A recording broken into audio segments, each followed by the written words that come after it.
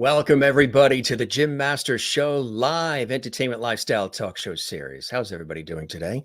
It is Saturday. It's a busy, busy day here. We're getting ready for a big family reunion tomorrow. We're so excited. Some of our family hasn't seen each other in almost 2 years or even longer than that because of everything going on with the pandemic. So we're all getting together tomorrow in New York, out east on Long Island for a big birthday celebration. It's sort of a combination of my birthday, one of my best friends in New York's birthday, my brother-in-law who is this week, and my nephew and godson. His is tomorrow. So we are going to be doing that. We're looking forward to it. So a nice, beautiful weekend here. We, of course, are the Jim Masters Show Live. I'm your host, Jim Masters. This is our entertainment lifestyle talk show series. We are inching up closer and closer to almost 500 episodes live, just about 7 days a week, not just once in a while, but 7 days a week, sometimes 2 shows a day. We've had guests who've come in from Europe and other parts of the world where their time zones are later. So to accommodate them, we'll do an earlier afternoon show so their viewers and fans and family and friends can watch in those other time zones where it's more reasonable for them. And then we'll still do our night show, which is amazing. We have been just putting together so many fabulous shows with guests who have come in from Broadway, Hollywood, television, film, music, stage, theater, culinary arts, sports, comedy, inspiration, and just about everything to do with life and living, really. Celebrity friends, people I've interviewed on television networks and radio have popped by, and so much more. And we're so excited to have you here. We broadcast this show, for those of you who might be new, we broadcast this show from the United States. That's right. It actually broadcasts from the greater New York City area, New York, New Jersey, Connecticut, along the southern New England coast between New York and Boston. That's where you'll find Lovety Hall. That's what they call this. Not me. That's what the viewers call this. They call this Lovety Hall. The reason why is because in the summer last year, I said light, love, and levity. I said the show has a lot of light, love, and levity. And I said love and levity just a little too fast. And when I said that, wow, I said the word levity, and the viewers jumped on it and they said, all right, stop, hold the presses. We are your levity squad. I like that. So we actually have a Facebook page for this show. It's called The Jim Master Show, Lovety Hall, and all of our viewers are active and they're posting recipes and photos and engaging with one another. And I pop in once in a while to say hi to everybody and see how everybody's doing. And of course, you're watching our YouTube channel, and we would absolutely love it if you can give this episode a thumbs up like. Yes, if you can give it a thumbs up like, we would love that. That would be really, really cool. We'd appreciate that. Also, don't forget to subscribe to our YouTube channel as well, which is the channel that you're watching right now. That's right. The channel you're watching is Jim Masters TV. We'd love it if you like this episode and all the episodes that you enjoy, and subscribe to our YouTube channel. That would be fantastic. Yes, that helps us big time because we are growing something really special here. We've got a wonderful community that we've created here of great guests and lots of viewers who watch all around the world live, and those who watch later on. You can see all these episodes actually in our archives. They're all archived for you on our YouTube channel, Jim Masters TV, and I think that's pretty cool. Make sure you also click that notification bell too, so that way there you never miss any of our live JMS episodes, plus those surprise lovely pop-up shows we do where we chat back and forth, and on location segments, holiday themed shows, and so much more. We do so many cool things at the show, and we just have really grown exponentially. And, we're always fine-tuning and tweaking and doing what we can to give you the best product and production possible. As you guys know, I work in television and radio, so I'm always trying to bring in elements of what I do during the daytime into what we do here on our show. Also, share the levity, spread the word, share the links to these episodes. And many of you have been doing that. And thank you very much, Merlin in Canada and Sherry in Kansas. And so many of you have been doing that. Renee in Iowa, we thank all of you for doing that and sharing the levity and telling everybody about our series. That means the world to us. Makes a big difference because when you do that, more people get to enjoy what you're enjoying. during the process of the live show, during chat, well, you guys have we're built up with a lot of comments already, and we welcome you. Got an amazing guest, a dear friend, actually, coming in from New York. Famed New York custom designer Dustin Cross is going to be here in just a second. He's all set up. He's all excited. We're very happy to have him on the show. He's an amazing talent. He's really, really creative. He's worked on extraordinary productions. I've actually had the pleasure that he and I have worked together on productions at Carnegie Hall and also a PBS special with our dear mutual friend Tim Janis called Celtic Heart, filmed up in Maine, also in Ireland. During the show, there's something called Super Chat, Super Emoji, Super Stickers that helps support our series and everything we're doing here. And you can avail yourself of that opportunity to participate in that during the chat. So when you're chatting, you can do that. What happens is, as you do that, your comment, I guess, during live chat pops up in a bold color. We see it. It rises to the top of comments. And then I personally thank you on the air. Let's check in with some of our lovedies watching from all around the world. That's our faithful. Lisa Rodrigo is here. Thank you very much. Coming in from New Jersey. It's nice to see you, Lisa. Welcome to the show. Jen Barry is watching. We always acknowledge, I'm a show hosts, and I love acknowledging the viewers and listeners and supporters in anything I do in my career. I think, without all of you, I can show up here and talk to the ceiling. Our guests can come, but without you guys watching and enjoying what we're doing here, we wouldn't do this. And so glad. All the comments. Thanks for the Instagram messages too, and the tweets, the private Facebook messages, the emails. You guys send the cards, the gifts. I mean, it's extraordinary. You guys outdid yourself with the birthday. I thank you so very much. Jen Barry is watching in Allentown, Pennsylvania. And I'm sure she is zen because she's now outside sunbathing in October sun. Yes, it is October. It is October. September came and went like a New York minute. Cool breeze, watching Jim's show with us all lovedies and lovedies guest, Sláinte. That's the Irish toast, of course. Good to be back. Good to have you with us as well. Love it. Jen in Allentown. Christine is watching us in North Carolina. And she goes, greetings, Jim and lovedies. It's a beautiful autumn Saturday here in Pinehurst, North Carolina. Welcome, Dustin, to the show today. Absolutely. Thank you very much. Good to see you, Christine. I'm glad you're doing well. Lisa Rodrigo says, hi, all. Happy Saturday. We are glad that you're here. You're very busy. I know that personally, that you are. And we love the fact that you're busy as well. And thanks to everybody for the well wishes. You're all better now, Jen. That's good. We love that. That's really, really important. I know some of you, it's been a tough 2 years or so, hasn't it? But we've been together, and I think that's what really counts. And you guys have really shared some beautiful things about how much this show has meant to you. All the inspiring conversation, the poignant moments, the funny moments, the entertainment, the great conversations. And I really appreciate everything you've all said and continue to say. It's absolutely beautiful, and it touches me greatly. Jen is, of course, saying hello again, and so is Joan Sandow. She says, happy birthday early, Juanita. That's fantastic. Happy birthday, Juanita, as well. I believe that is tomorrow. It is tomorrow, right? Or is it already tomorrow for you? Is it tomorrow there in South Africa? You're in South Africa. Is it already tomorrow there yet, or almost? Anne says, happy Saturday, Jim and lovely family. Hope everyone is having a wonderful day. Now, we're not going to be here tomorrow because we're going to be with the big family reunion. Everybody's getting together. We're so excited. Some of us haven't seen each other in 2 years. So maybe towards the end of this episode, maybe you can join me in something we do special here. We'll sing happy birthday to, we do singing on this show too. And we'll do a happy birthday maybe to Juanita later. We love singing Christmas carols together and all that fun stuff. And I know you guys are begging me to whip out the guitar over there and start strutting it. We will. Hi, Jim. Welcome, Dustin. Happy Saturday. Good to see you as well. Nice to see you. And just checking in with a few more here. And Juanita in South Africa says, hello, Jim and Lovely Squad. Hope you're all having a lovely Saturday. So Juanita, you are a Libra like I am, which is fantastic. You crave balance and harmony. You see both sides of a question. You tend to be prophetic and sympathetic and creative.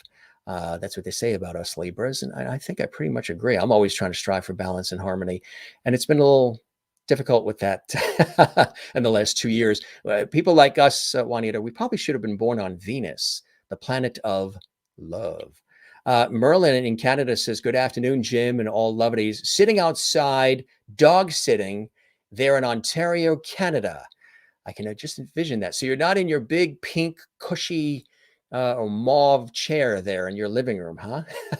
The viewers have been sending in photos of their chairs that they're sitting in, which we love as well.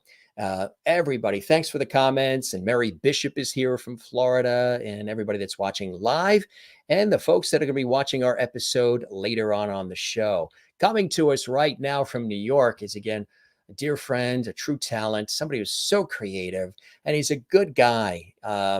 He just really is a tremendous talent. New York-based designer who's been designing on and off Broadway and regionally for the last 10 years. And his designs have received accolades such as spot on, perfect, and excellent. The New York Times said excellent, as well as many other nods from many different publications. Dustin Cross. He began his career on the stage and transitioned into costuming after realizing that actors and dancers need often weren't a designer's main focus. So all of Dustin's designs pay close attention to making the actor comfortable while meeting the needs of the piece, whether it's Carnegie Hall, the American Airlines Theater, the West Side Theater, the Algonquin Playhouse in beautiful Maine. Just a few of the venues that have showcased Dustin's work. He continues to focus on maintaining the expectation his work commands while always trying to raise the bar by using different techniques and approaches to make a durable yet distinctive design. Now, I've seen him work. I've seen him do his thing. I've been on sets. I've been on stages. I've seen him do all the running around. He's very attentive too. He doesn't just design something and then you're on your own. He's there, and usually they're, whether it's an actor, actress, singer, performer, entertainer, and then they run in the back, and then Dustin, runs right in, and they're fixing everything. He makes sure everything's good, and the costume changes. If you've ever been backstage, whether it's for a film shoot or the shoot of a television show or a live show or on stage, even the smallest of local theaters, what goes on backstage is kind of like what goes on in a newsroom. And I've been in many newsrooms. It can be chaos and time, what side am I watch on? There it is. That's right. I'm left-handed. Time is of the essence. So you got to do a lot of costume changes oftentimes, and sometimes crazy things happen. There could be a tear, or a button can pop. So, he's right there, lickety split throughout. And I've seen him when we worked on projects together. We worked on projects like this, which is fantastic. This is one of many of Tim Janis's amazing American Christmas Carols events at Carnegie Hall that I've had an opportunity to be a part of as master of ceremonies and host celebrity parties and things of that nature. This as well, you see some of the favorites there as well. You recognize some of the favorites. Alex, Adam Jacobs is there, and Alex Boyer. Adam was a guest on our show. And you see Tim Renee Nesbitt's been on our show. You see Paul Green there as well, and so many others. These are just some of the shows that I've had an opportunity to work with Dustin and Tim and the whole gang there at Carnegie Hall. And also, in addition to Carnegie Hall, up in Maine, look at those beautiful costumes. That was part of Celtic Heart, a PBS, national PBS television special.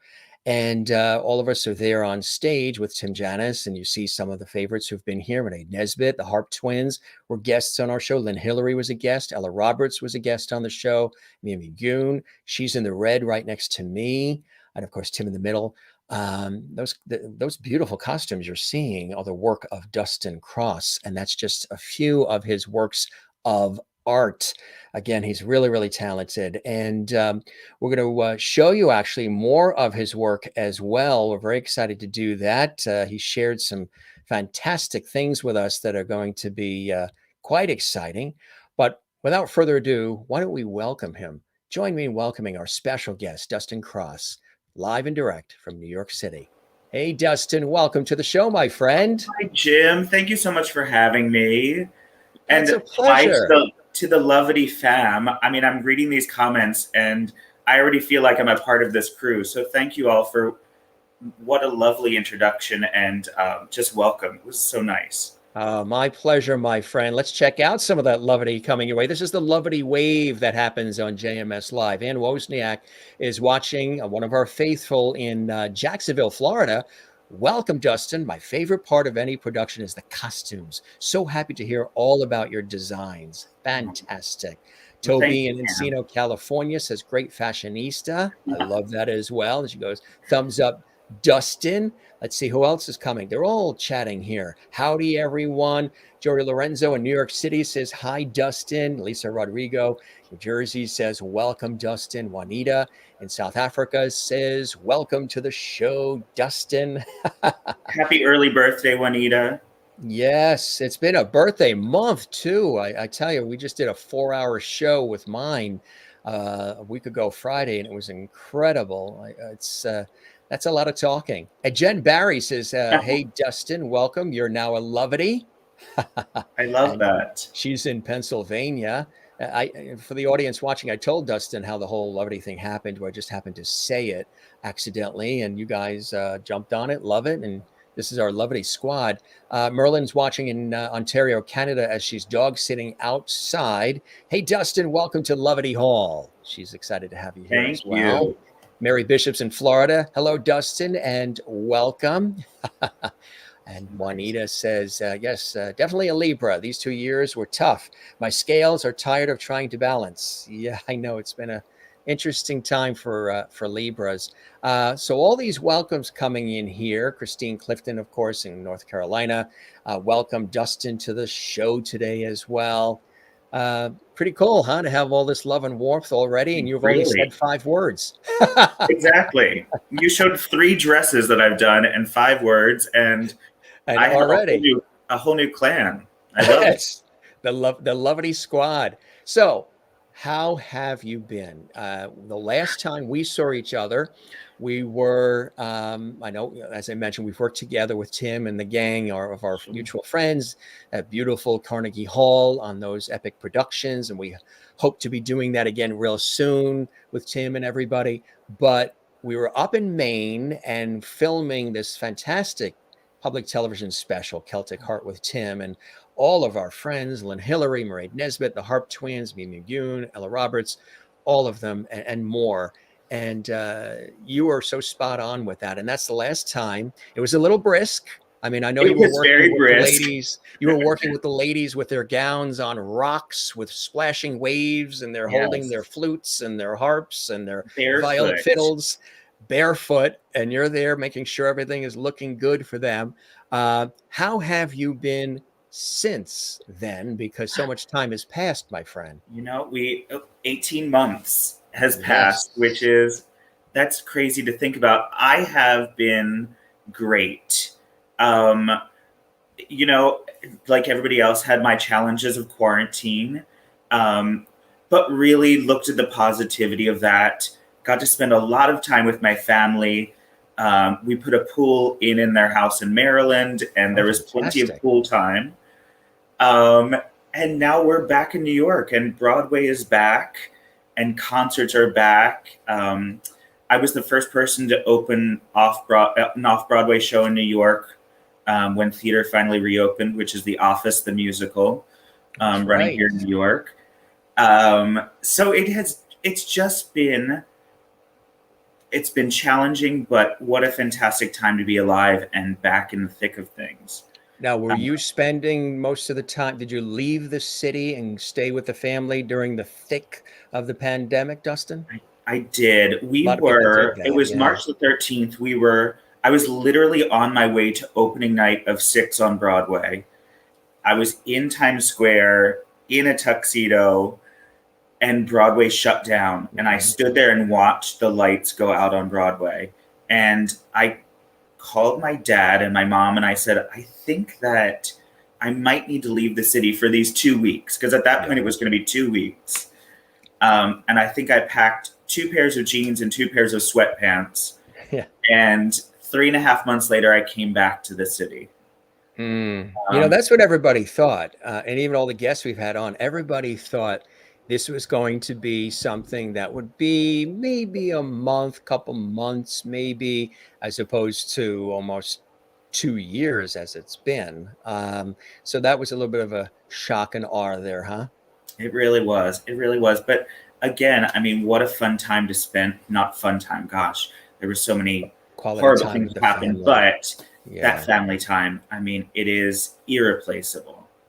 That's what all the guests have been saying too, and it's you're so spot on with that because what this has done is given us time to pause, look at our lives, maybe do some things we've always wanted to do that we haven't had a chance to do, and spend that quality time, catch up on things, catch up on our lives. Have you had moments? I know I have, and most people that I've spoken to have had moments of reflection, moments of deciding what you want to do with the next chapters of your life, the things that really mean a lot to you and that really touch people and inspire people. And there are some people who've left the jobs they had and things they were doing because they want to pivot to something that's just a little more connective and deeper and empathetic. We talk about that a lot on the show. Did you have some teachable There, moments and reflective moments during all this, Dustin? there were definite moments of reflection, just on, where I prioritized family, friends, and career. Because as you and I were talking earlier, I mentioned, when the pandemic happened, I lost 23 shows in one afternoon. Mm. Um, but looking back on that, those shows were so layered and over top of each other, and not a moment to stop, as you know, in this business and this industry often happens. Um, that this really made me take that time to reflect on focusing on friends when you have that time, savoring that time. I'm now in New York. I now throw a weekly dinner party with 6 of my friends, and we all swap meals and What a great idea. just take time to really cherish each other. Um, I love that idea. What was the last meal that you had? oh my Or, gosh, or should I say the Last Supper? the Last Supper. I think actually this last week we just had a cocktail hour, Oh, but I nice. put out a mean spread. So it's a lot of cheese boards, and we had a whole dessert bar, and there was a martini bar, of course, because Party at Dustin's house. Party at you're all Dustin's house. welcome. That sounds like lots of levity to me, Dustin. Yes. So I mean, I think that was the big thing that came out of this, really taking that time to focus. And now that we're getting back into it, reminding myself that, yes, I'm grateful for every single job, but it's not necessary to do every single job. There are a lot of designers in this business and a lot of my friends who I can lean on at this point and pass a project to them or do a dual project with them. It doesn't always have to be just me at the forefront.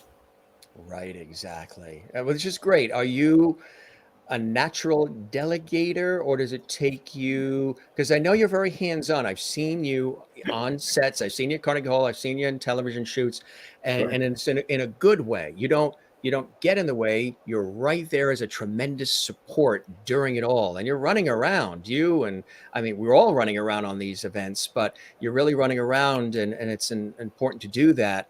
You create space, you create sort of the safe zone and comfort for the performers to know Dustin is right there when we need him, right? Sure. I mean, that's how I got into this side of the business. Was I didn't feel that as a performer always. But there were definitely great people who did instill that in me, and I just try to be that person everywhere. So am I great at delegating? Not always, but I'm getting better at it. I have a team of really great assistants that sort of now know my mentality and are able to just take over. And I don't have to be as hands on. But that energy I always keep in the room because why not? We need that positive energy. We put our hearts and souls on the line every day in this business. And we're very vulnerable people.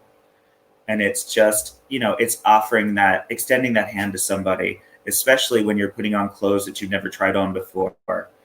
Um, to just be comfortable. How did you first get started? I mentioned as I was doing the introduction that you a performer yourself, so you can understand the needs of a performer and what it's all Sure. about. Tell us about some of those early inspirations for you growing up, and what initially even attracted you to the arts and creativity and entertainment and the performing arts, Dustin. Sure. So, I mean, we're going to go all the way back to 3-year-old Dustin now. So my aunt owned a dance studio called the Dance Studio in Baltimore, Maryland. And at 3, she went to my mom and said, let's put him into dance classes. It's a great way to have movement in your life. So I did tap ballet and jazz growing up from 3 through college. And then around 8, I started performing locally. At 11, I landed the first national tour of Sound of Music, starring Marie Osmond, and we toured the US and Asia. And then I did Joseph with Donny Osmond after that. So I'm an Osmond family member as well. We just had David Osmond, their nephew, on the show a couple weeks ago. He's a fantastic talent, isn't he? Yes. That whole family, I mean, Unreal. The heart and soul that is behind them matches the talent that's inside of them. It is. Actually, a total side note, but look out in London coming up. A friend of mine, Julian Big and Sean Carrison, wrote the new Osmond Family musical that's going to premiere on the West End next year. Wow. So a whole new musical, which is very exciting. So from there, I went to Shenandoah Conservatory. I studied voice, all the while just being in my zone as an actor. My mom taught me to sew very early in my life. So I would alter my own costumes, which if any actor did to my clothes now, I would scream. No, I'm just kidding. And then from there, transitioning into New York, doing off-Broadway shows where you have to provide your own clothes often, and provide your own looks, and just taking ownership in that put me into this costume world. And the very last production that I did in New York was Phantom. And after that, I sort of just moved permanently into this world. And since then, it's been I know we said 10 years in the introduction, but it's been about 15 years now that I've been doing this. Can you believe it? That went by fast, huh? So crazy to think how fast it's gone by. But yeah, it's been incredibly rewarding. And the people that I've been able to work with, I credit to making me the person that I am today. The producers, the directors, the hosts, it's a team takes a village, right? It's such a team, yes. Yeah, absolutely. So for those watching, and I think there was a question that came in from one of the viewers. I think it might have been Toby. She said, Dustin, what's the difference between a wardrobe designer and a costume designer? I have a friend who has the wardrobe designer or is the wardrobe designer for Desperate Housewives, or was for Desperate Housewives, the TV series. Sure. She's in California. Toby's in California. Difference between wardrobe designer and costume designer?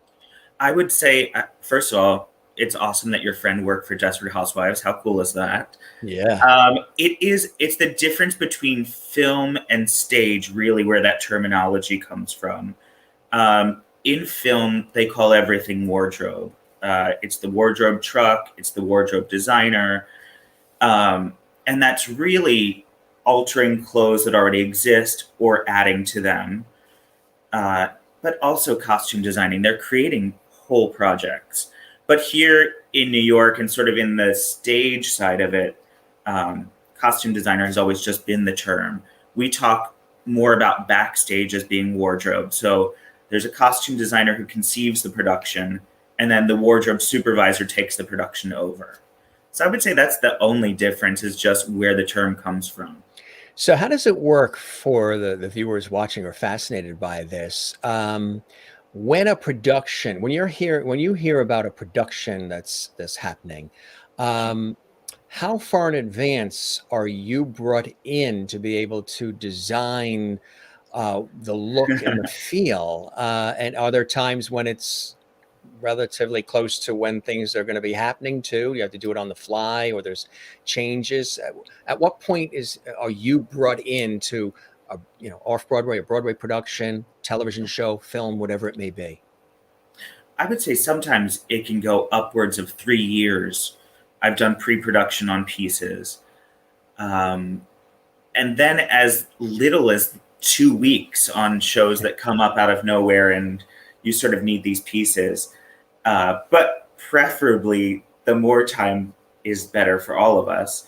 I mean, at that point, we were able to build, really fit, let the characters embody those clothes, which is so important. Because if you're not embodying the clothes, you're just telling a story with costume on, rather than transitioning a costume to a character. Right, exactly. Yeah. So, would you say Phantom? I mean, what was the very first major production for you as a costume designer that really sort of was a linchpin in launching things for you further, Dustin? People started noticing your talent and your creativity, and the ability to be adaptable and flexible too. I would say, a lot of the off-Broadway productions that led up uh, to me really transitioning over. The Silence of the Lambs musical was a big one, which was a parody here that ran in New York for 3 or 4 years. That introduced me to a stage manager named Jana Lynn, who actually introduced me to Tim Janis, and it was Tim Janis's first large-scale musical on the stage at Carnegie Hall called Christmas Rose that launched me into, I mean, once I had that platform, really, the Ogunquit Playhouse came after that, the American Airlines Theater, more theater here in New York. And then eventually Paramount Pictures with Tim Janis's Buttons, A Christmas Tale, which was my first feature-length film, which was very exciting. Yes. So I would say, it was probably just off-Broadway theater and the culmination of those shows, and then which launched me to Carnegie Hall. It all happened very fast, though. I would say once I started designing here in New York, it was about 6 months before I was on a national level, which was, it turned my head quite a few times. But it was, it's just always remembering that humility and the people that are around you that have elongated that career.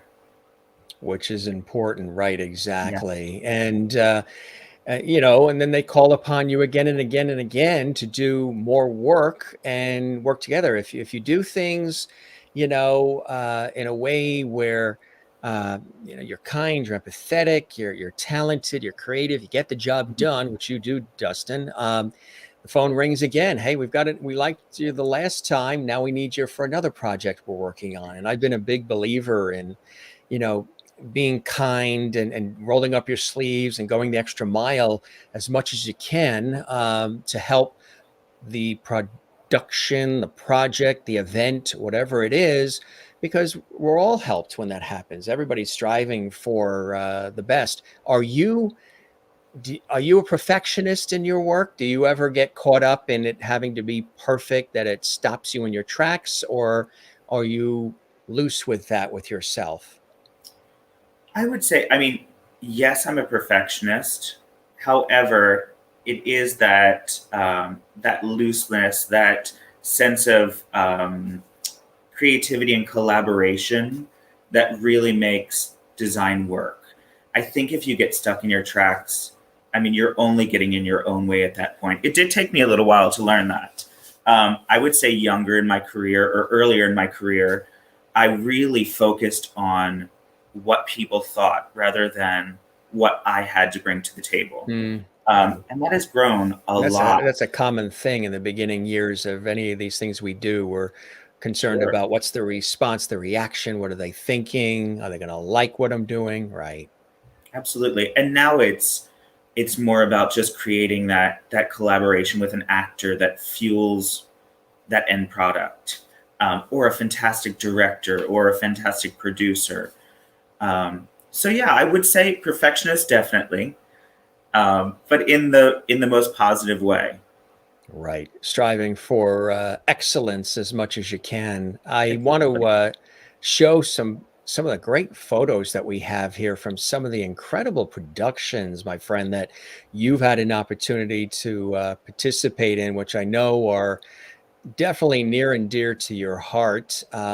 Let's take a look at some of these amazing photos, and maybe you can take us through this Sure. cavalcade of fantastic. Yeah, it's just when I was looking at these, I was like, "That's right, he did that. He did do that," and I'm like, "Oh, I didn't know he did that."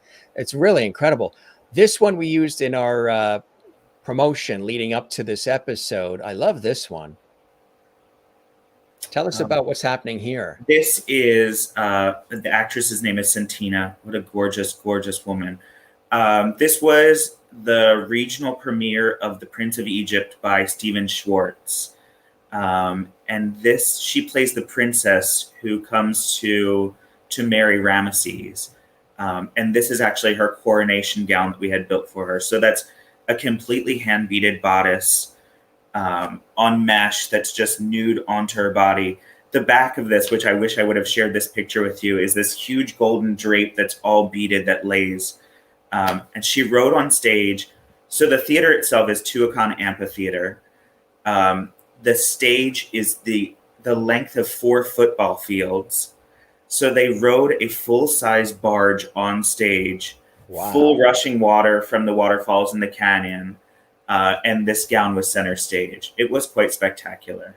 That's incredible. But Wow. the photographer who took this picture, he always tries to catch me in a moment where I'm fixing someone. This one's the tiniest bit staged because he had just great photos before of this, but he was like, please get back in there. This is such a moment Yeah, with it you and is. Santina. It was a great celebration.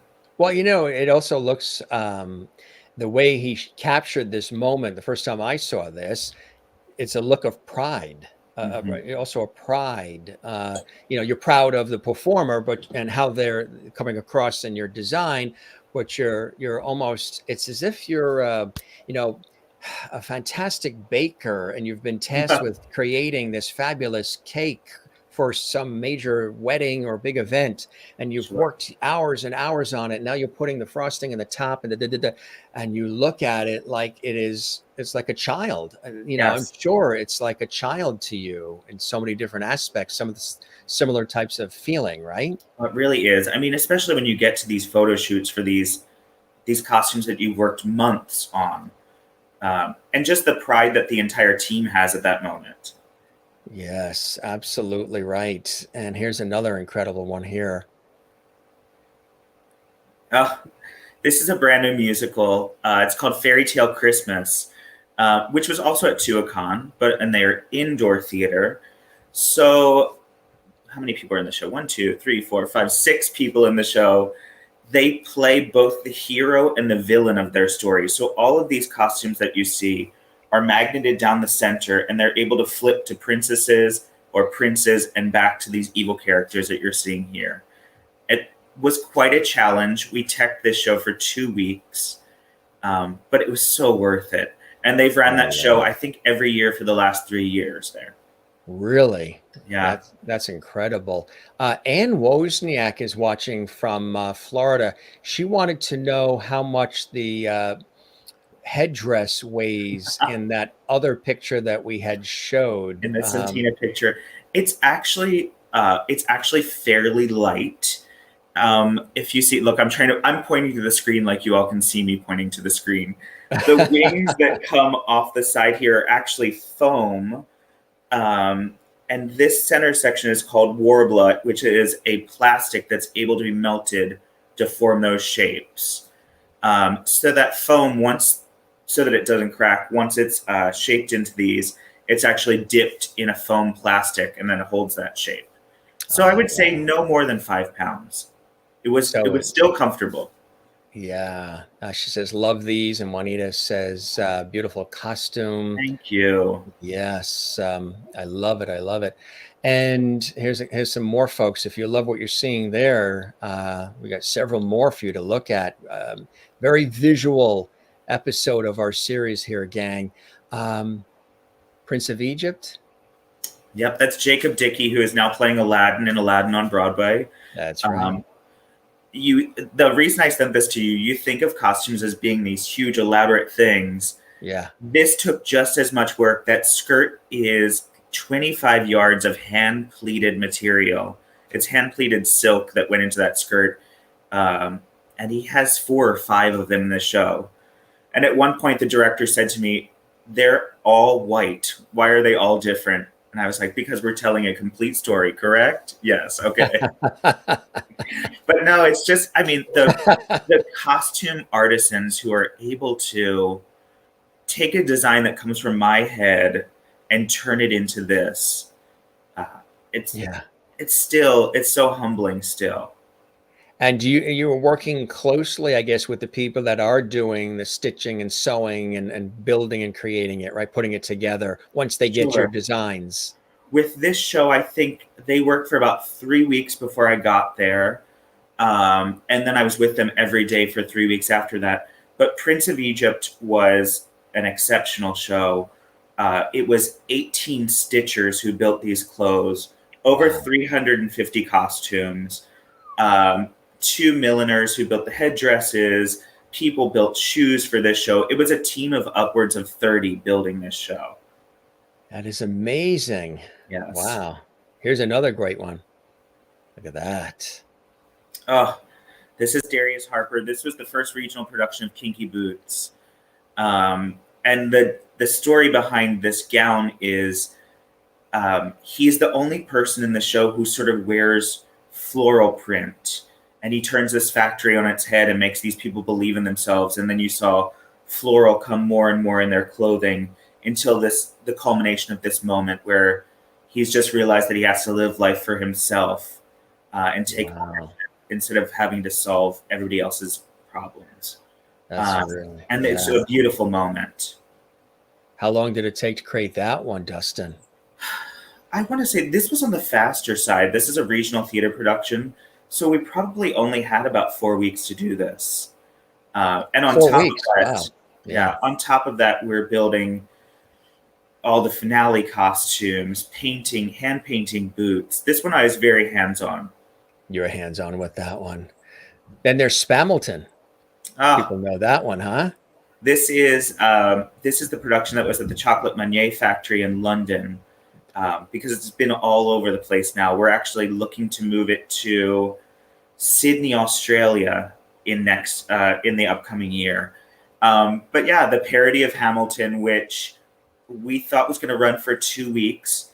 Lin-Manuel came and saw the show, and we sold out for 2.5 years off Broadway. Is that not incredible? I mean, It was. It really was. What a sweet, sweet man. He came and saw the show actually 4 times. He brought people back. But that very first night that he saw the show gave us all tickets to see Hamilton. yeah. Just his house seats, which was such a cool story. Now, what happens when you do have something that you expect, and you don't really know until the public responds? Like Merlin's watching in Canada, she goes, "That's amazing. One doesn't know what goes on behind the scenes. Oh, it's extraordinary what goes on behind the scenes, Merlin, with all these productions and even the smallest of productions. There's a lot that goes into it.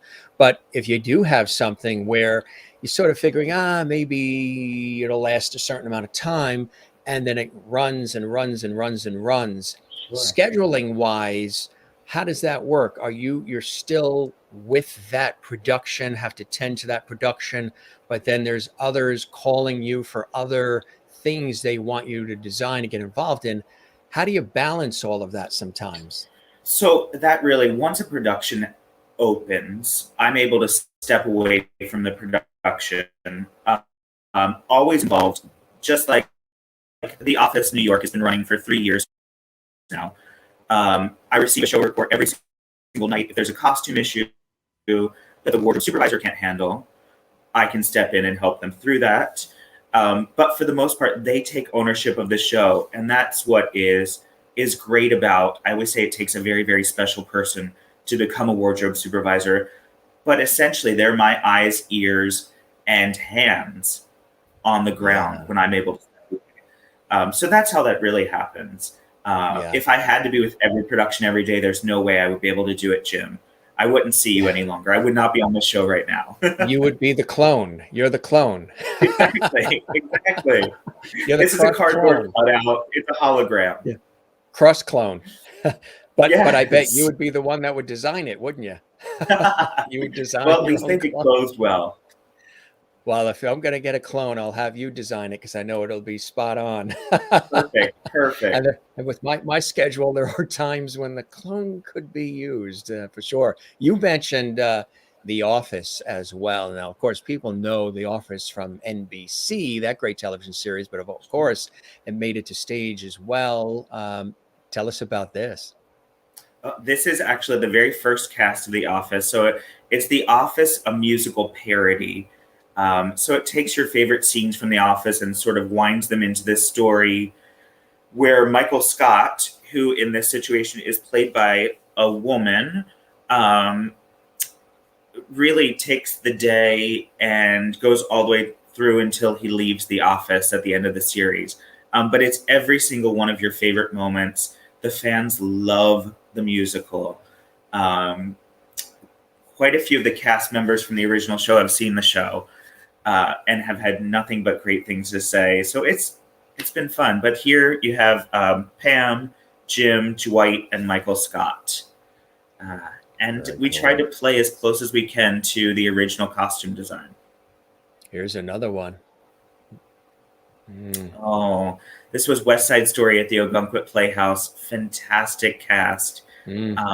So many of them from here went on. I mean, had already been doing great things, but are doing fantastic things. Manny Stark standing in the center there in the black tuxedo is now Hamilton on Broadway. Gabby Ruiz was in the series My Crazy Ex-Girlfriend. Just every single person so talented in this picture. That was a very, very rewarding show.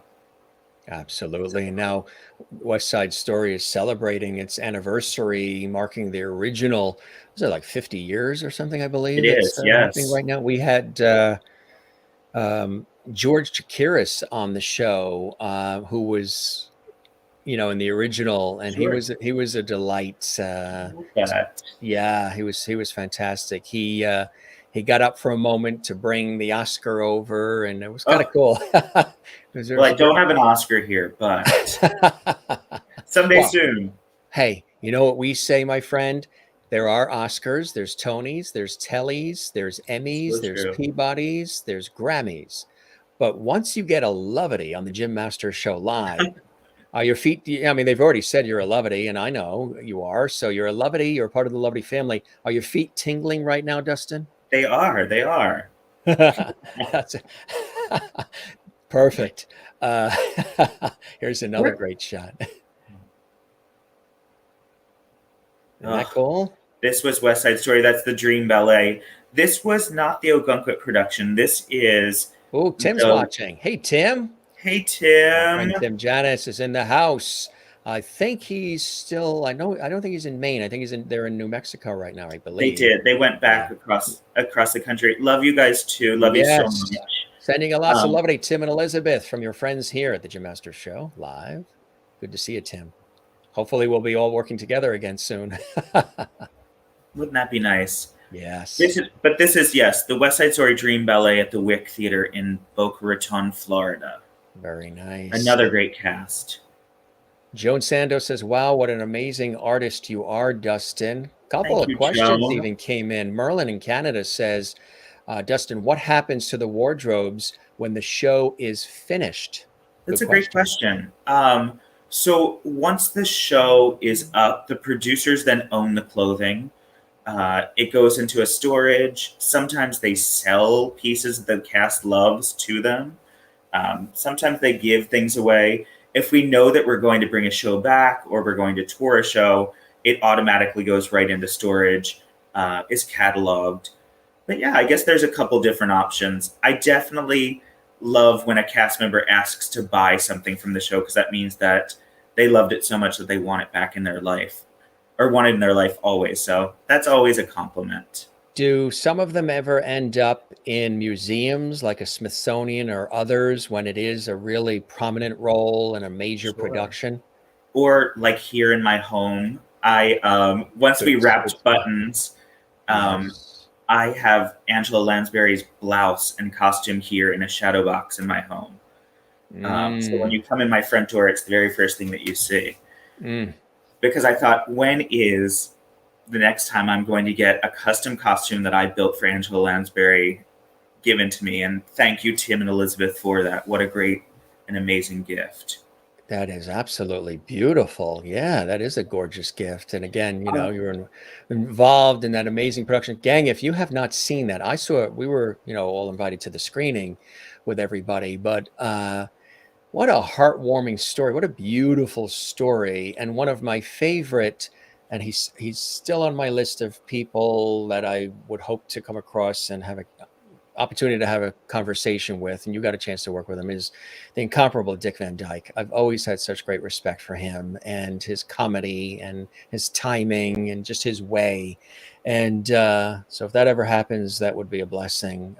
We yeah, did talk chat with about a Carol person. Burnett and Florence Henderson and Judy Collins, but we chatted with all of them, but Dick is on that list, that I would Christmas say keep him list. on that list. Keep him Uh, on the list. we talk about a person who worked his career with humility and love Yes. Yes. and constant kindness. When we were on the Yes. set, it was constant kindness.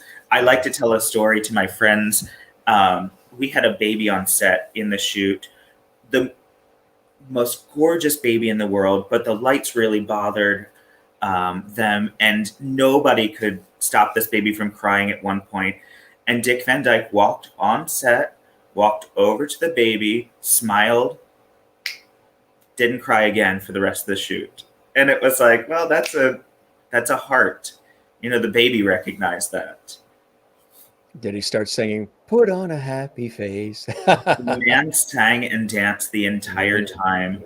We were yes. on the Disney lot at the beginning of filming, and in between takes, he's 93 years old Yes, and he is. dancing, Yeah. not standing still, No, not sitting no, down, no. dancing, talking to people. Oh, he's very spry. He's always Absolutely, exercising and just, you know, he's I tell you, he puts people three-quarters his age to shame sometimes. He's I know. so I spry and I now have to go to the gym today. Thank you, Jim. well, Uh, you can consider this the gym that you've gone to. Just fantastic. a different spelling, that's all. You know, I'll approve that if I have to put a stamp on that or something. Done. Uh, we do have actually a photo, I believe, from that fantastic production. You know, when you get a chance to work, and Olivia Clark, of course, the wonderful, talented actress, she was a guest on our show last summer, and we talked Oh about the wow. production. And yeah, it was a great episode. She was cool. I mean, she and her mother, they went to South Jersey and they went into a recording studio and they did a whole setup and she sang and I mean they really went the extra mile when coming on our show, which was really, really cool. But she'll be back soon too. She's got some new things she's working on, so she's going to be back soon. So we're looking forward to Fantastic. that. But there's a great Well, shot right there there's Dick Van Dyke and Olivia Clark. Um, this is that day that I was talking about. That's that exact shoot.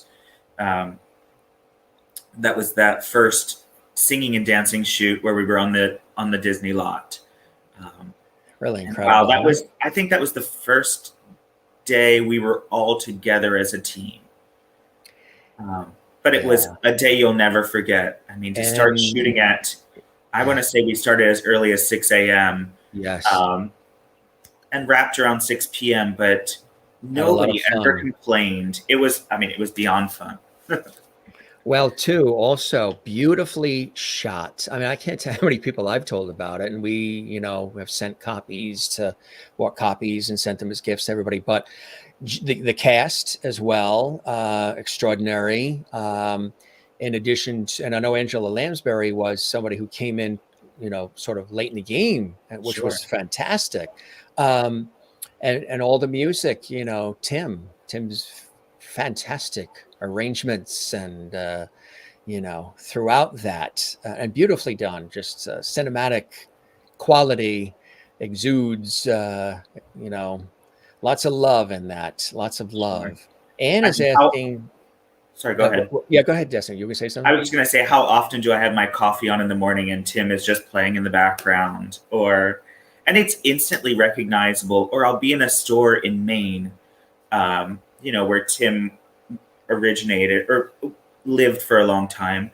Um, and it's playing in the store, and I say, "Excuse me, is this Tim Janis?"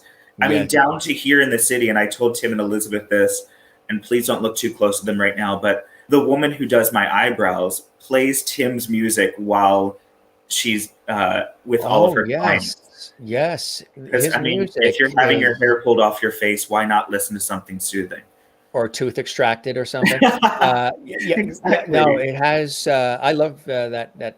It's sort of easy listening. It's instrumental. It has spiritual qualities, but it's very moving and deep and beautiful, and can transport you to another time and place, and definitely sort of lowers the blood pressure and calms you down. And when he mixes it with the video visuals, Sure. it's stunning. It's just, you can sit there and be swept away. And I love stuff like that.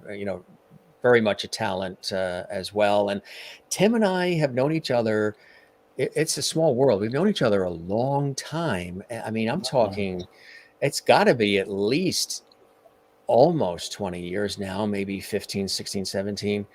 I'm saying closer to 20 now, when he first came into the PBS studio and I was tasked with interviewing him for one of his earlier PBS specials, of which he's done many, many, many, many fantastic Absolutely. specials.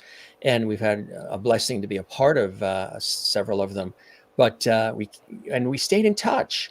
And then I was at the Salvation Army of Greater New York's gala, because my friend Denise Richardson and I were there, and she at that time was doing PR for them and public relations and all of that.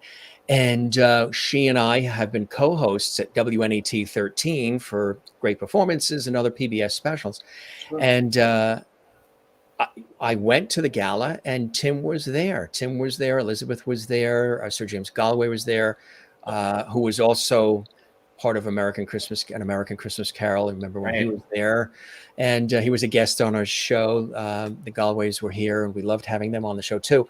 But we just sort of, no time was lost when we saw each other. And then from that point forward, they had said, "Hey, Jim, we do this fantastic show at Carnegie Hall. We would love for you to be our master of ceremonies." And I said, "Anything you need, anything you want, I would absolutely love to." And I love the whole thing because, it helps support autism research, Kate Winslet's Golden Hat Foundation. So there's a beautiful, what they do, as you know, because we've been a part of it, they attach themselves to fantastic causes. And I'm a big believer in that. And I know you are too. Things that help make the world a better place. So it isn't just, here's a fantastic concert special, or here's just something on TV to watch, or there's always something underneath that is lifting people and lifting, the human spirit, which I think is fantastic. What I do as a host, people have said is doing that for them as well. And I appreciate that. What you do as the artistic person you are, as a costume designer, does that too. Because when people come to see these productions, whether it's television, film, or stage, they want to escape. They want to be taken away from their troubles. They want things lighter and happier and fun and joyful. And I'm sure you think about all of those things as you're designing, right, Dustin? Well, absolutely. And I mean, just going back to earlier in the conversation, if you lead with your heart, it shows through in everything that you do. And that's what does connect that audience. That's what does take it from the stage to them, and they're able to share back with you.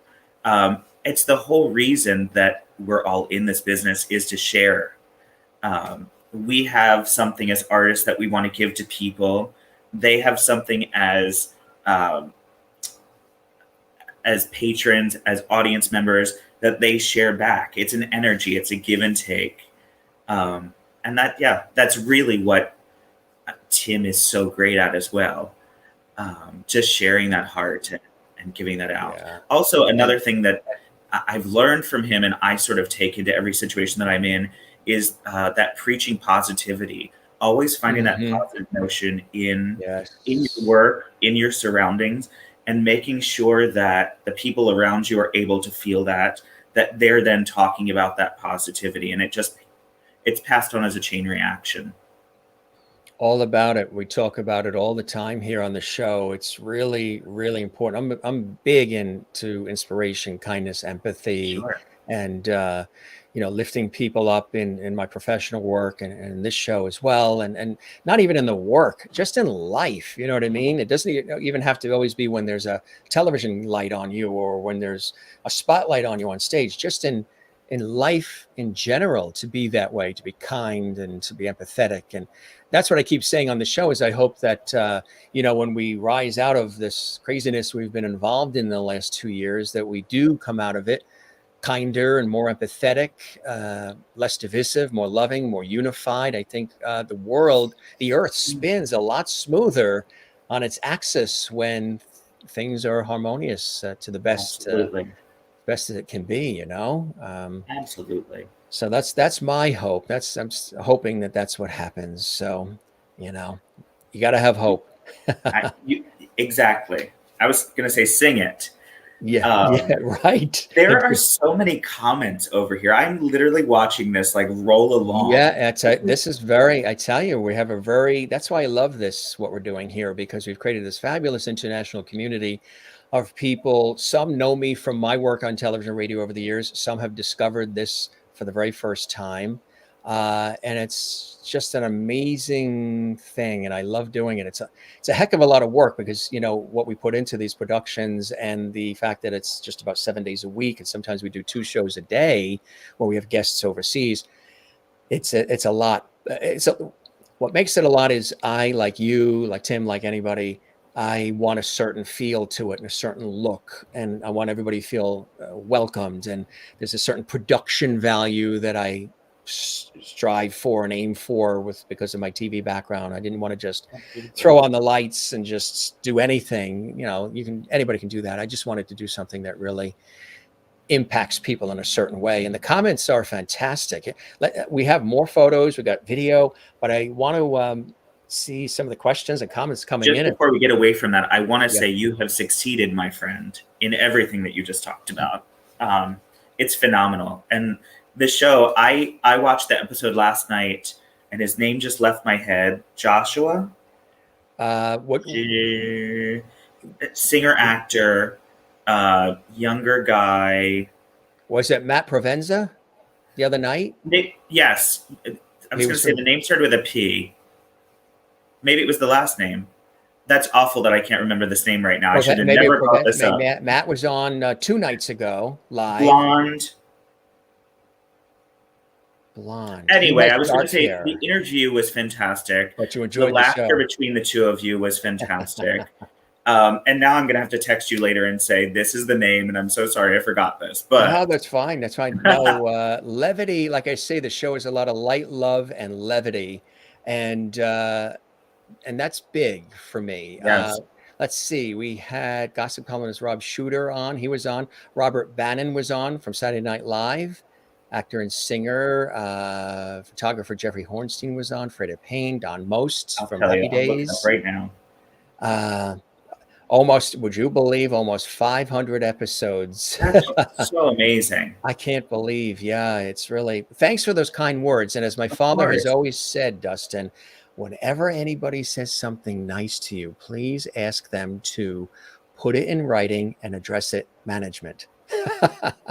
You got it. I will put a stamp on it today. Joe Megan B is in the house. Thank you, Joe Megan B. Dustin, do the costume designs change for a dancer like Dick Van Dyke to enhance the flow of his dancing, or does it make a difference? Good question. That's a great question. Absolutely, it makes a difference. With someone like Dick, he likes a higher waisted pant. He's very long legged, as we all know. And then something that has a flow to it. He doesn't want to cut close to his leg. He wants to see the material move with him. So that was definitely something that we considered when making the suits for the film for him. But also, I mean, with other productions, like I'm working on a production of White Christmas right now, just taking skirts from the 50s and making them theatrical, putting a double circle into the skirt, widening the skirt, really seeing that movement on the bottom of it. I definitely believe in catering to the dancer, catering to the movement. Yeah, that's what makes it exciting for us in the audience. Yes, because as much as I get absolutely. to create, I also have to sit out there and watch it just with the rest of you just as many times. So I want it to be Mhm. exciting as well. Yes, Sometimes and more than you. I that's see the show about 20 times. yeah. We have some more questions actually coming in. This is Sure. very cool. Jen Barry says, Dustin, with all the incredible work you do you create your own Halloween costumes? Some Halloween costumes. Do you do Halloween? I do. I love Halloween. Do I create my own costumes? I often hit the end of like right before Halloween, and then I'm putting together old costumes that I've worked on before, and altering them to myself. I don't think that I've ever actually. Gosh, I'm gonna have to think about this. Yeah. Designed a Halloween costume for myself. I do so many other people's Halloween costumes, and it is such the costume designer's way. We've hit October 1st, and there is no lie that I've already received. Can you do my Halloween costume this year? From Wow. so many friends and colleagues, which is flattering, but it's fun. So yes, do I ever really do mine? No. But maybe I will this year. Maybe that was the inspiration to do that. That is really cool. I want to show folks, and we have more photos to show too. Now, I'm going to have you do, if you can, maybe you can walk us through this. And maybe we can do a verbal, like as we're seeing these different images and these different things, this is then they sort of like your reel, your demo reel. Oh, great. And What is this? yeah, and maybe we can have you sort of tell us what we're seeing. The Sure.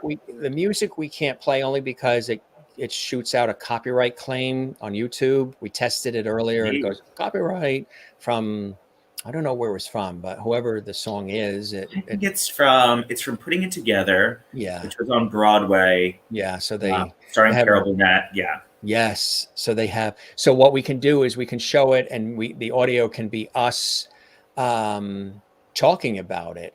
I love that. So let's do that. Why don't we do that and see what we've got playing here? This would be kind of cool. So here we go. All right, so this is Newsies, Broadway Method Academy, ages like 6 to 24, and then some Broadway stars come in. And this was at the Westport Country Playhouse. And there's This is Buttons, starring Dick Van Dyke, Angela Lansbury. There's Olivia Clark sitting there on the bench. This is Paramount Pictures. Yeah. Available on iTunes, Netflix. Yeah. Yes, all those great spots. Exactly.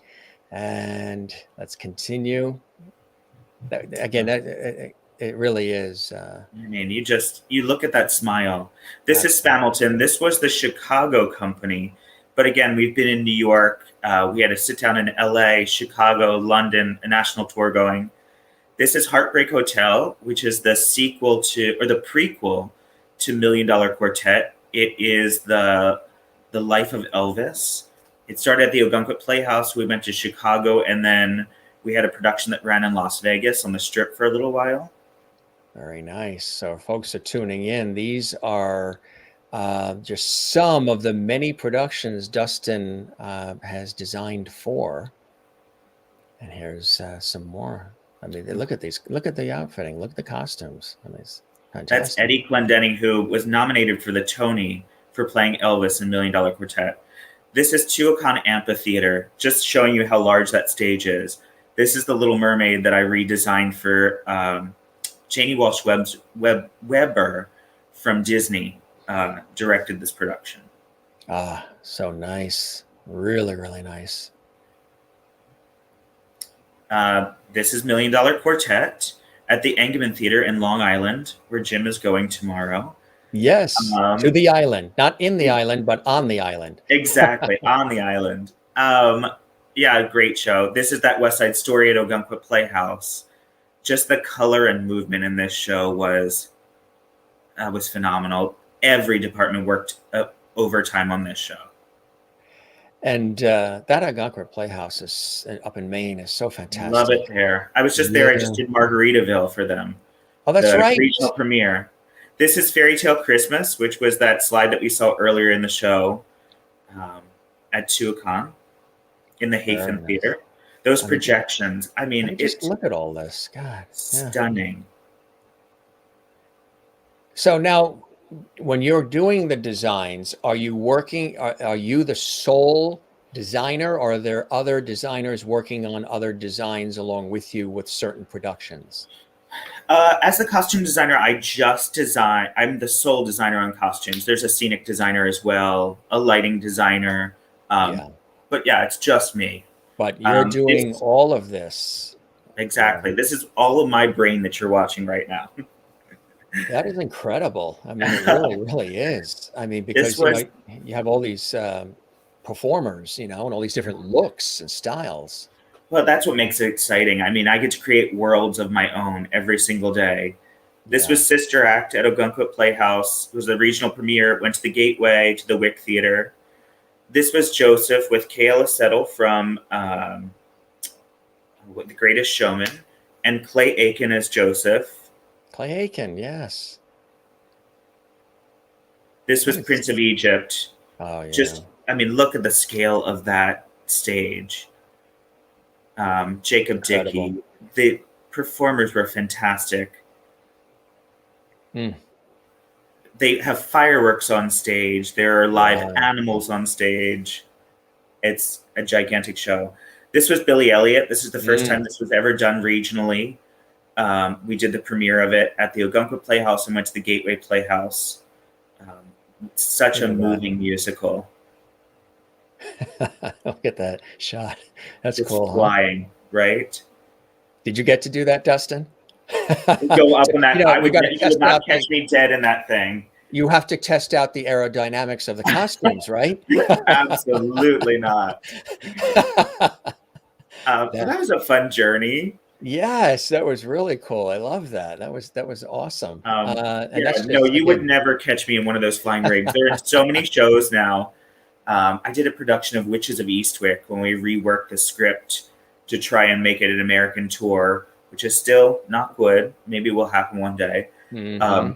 But everybody in that show flies at some point. They do. And there were so many times that the fly rig men or women would ask, do you want to get in it and go up? And I'd be like, absolutely not. I'll sit in the house. Thank you. Toby goes, Jen says, thank you, Jim and Dustin. Absolutely. And Toby goes, wowza. Toby in California is asking, where do you hide your label, or are your costumes tagless? Oh, wow. They're definitely, everything has a label in it, because with understudies, sets of costumes, principal sets of costumes, ensemble costumes, you just have to keep them tracked. So, in the least conspicuous place, in blazers, we put them in the armpit of the arms sometimes. Sometimes they're in skirts, they're lower in the waist. It really just depends on where you can hide them. And they're not loose tags like we find in our retail clothing. They're sewn directly into the garment. So never on a machine. So everybody but like the wardrobe people hand stitch each one of those tags in, which is a little time consuming, but there's labels and everything. Yes, that's really, really cool. I think there's a couple more questions that have come in here from our, Kathleen says, enjoying this conversation. Thanks, Jim and Dustin. Our pleasure. Christine Clifton, and Kathleen is in New York City. And Christine, Dustin, I'm very impressed with your work. It's extraordinary, such detail, creativity, talent, and more. Your passion of designing shines through in your work. And Christine is in North Carolina. Thank you, Christine. Juanita says, amazing. I love this. And Joan Sando, where else would all of us meet so many artists and be able to ask them a question? Nowhere but at JMS at Liberty Hall. Thank you very much, Joan. I appreciate that. We love that. Yes, that's right. You really do bring together some great people and artists, and that this is what collaboration's about, Jim. So thank you for continuing that. Oh, my pleasure, my pleasure. Merlin says, she's in Canada, in Ontario. She says, do you design gowns for the awards shows? Wow. I have. It's not a main focus of mine. I find myself more on the stage than in fashion, um, but very specific dresses I am known for. I actually just finished a dress for the new Virgin Cruise Line ship that's going out, which will be part of their marketing campaign. It's a red, gorgeous 10-yard train that you'll see on the ship. I worked closely with Brenda Braxton for her Tony Awards dress when her and I went together 2 years ago. So yeah, definitely work on award shows, but not as much as fashion designers do. Somebody asked something similar, I think. Have you ever, I think it was Ann in Florida, have you ever designed a wedding gown or a gown for a special occasion for someone or been asked to?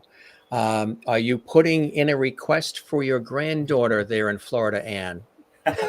She might be. I get asked quite often. I've never done a wedding gown. I'm trying to think. Yeah, I've never done a wedding gown. But or one for a wedding gown for a production? I've definitely done wedding gowns for productions. In Margaritaville, which we just opened at Ogunquit Playhouse, there's a gorgeous lace wedding dress that I designed for the end of that. With these tiny little rhinestones all in it, and it's off the shoulder. Very, very pretty, very bohemian. So I guess, yes, I do design them is the answer to that. So hit me up, Anne. Let's collaborate. I think she's putting in a pre-order. You may get some orders out of this show, which is really, really funny. Thanks for all these comments. You guys are, thank you, Dustin, sharing your awesome professional life with us this afternoon as well. Thank you. I want to show some more photos because we have some really, really cool ones. And then we have a video here. Let's go to the video. Let's go to the videotape. A little bit of a clip from Love Actually. Tell us the unauthorized. Let's talk about that. So Love Actually is the unauthorized parody of Love Actually, the film. It stars 6 actors in the show, and they play every single character in the musical. The show is 90 minutes, and there are over 230 costumes in those 90 minutes. So I think when we timed it, finally, it comes down to like every 32 seconds, somebody changes. And they are rip away, and wigs change, costumes lay on top of costumes at points. But I think this is just a little clip from the show, which comes back off Broadway starting November the 24th. And that is also running in Chicago starting November the 17th at the Apollo Theater. I would imagine, because you're such a talented costume designer and you're designing all of these different styles of wardrobe for all of the different performers and all the different scenarios and productions, that anybody who didn't know you before this show would have assumed that you would be sitting there in some sort of a Liberace, sparkly, really like it's blinking and it's just very colorful and vibrant. But I imagine there's times when you yourself, as the costume designer you are, who's always working with all of these colors and fabric and all these different, scenarios, probably sometimes just wants to step away from that and put on a black V-neck t-shirt and a sweater. Yes, right, and just blend in and chill a little bit, right? I agree with that. I mean, I don't think that I'm Liberace, but I wear a lot of floral print in my outfits.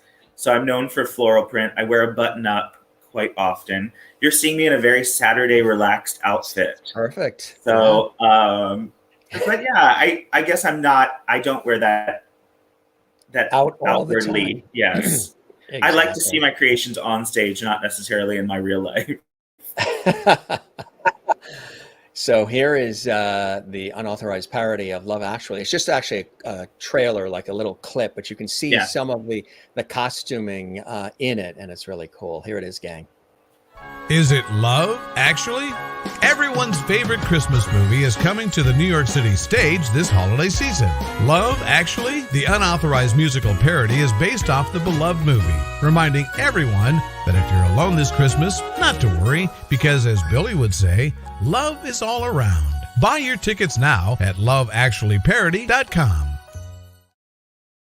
Very cool. Very cool.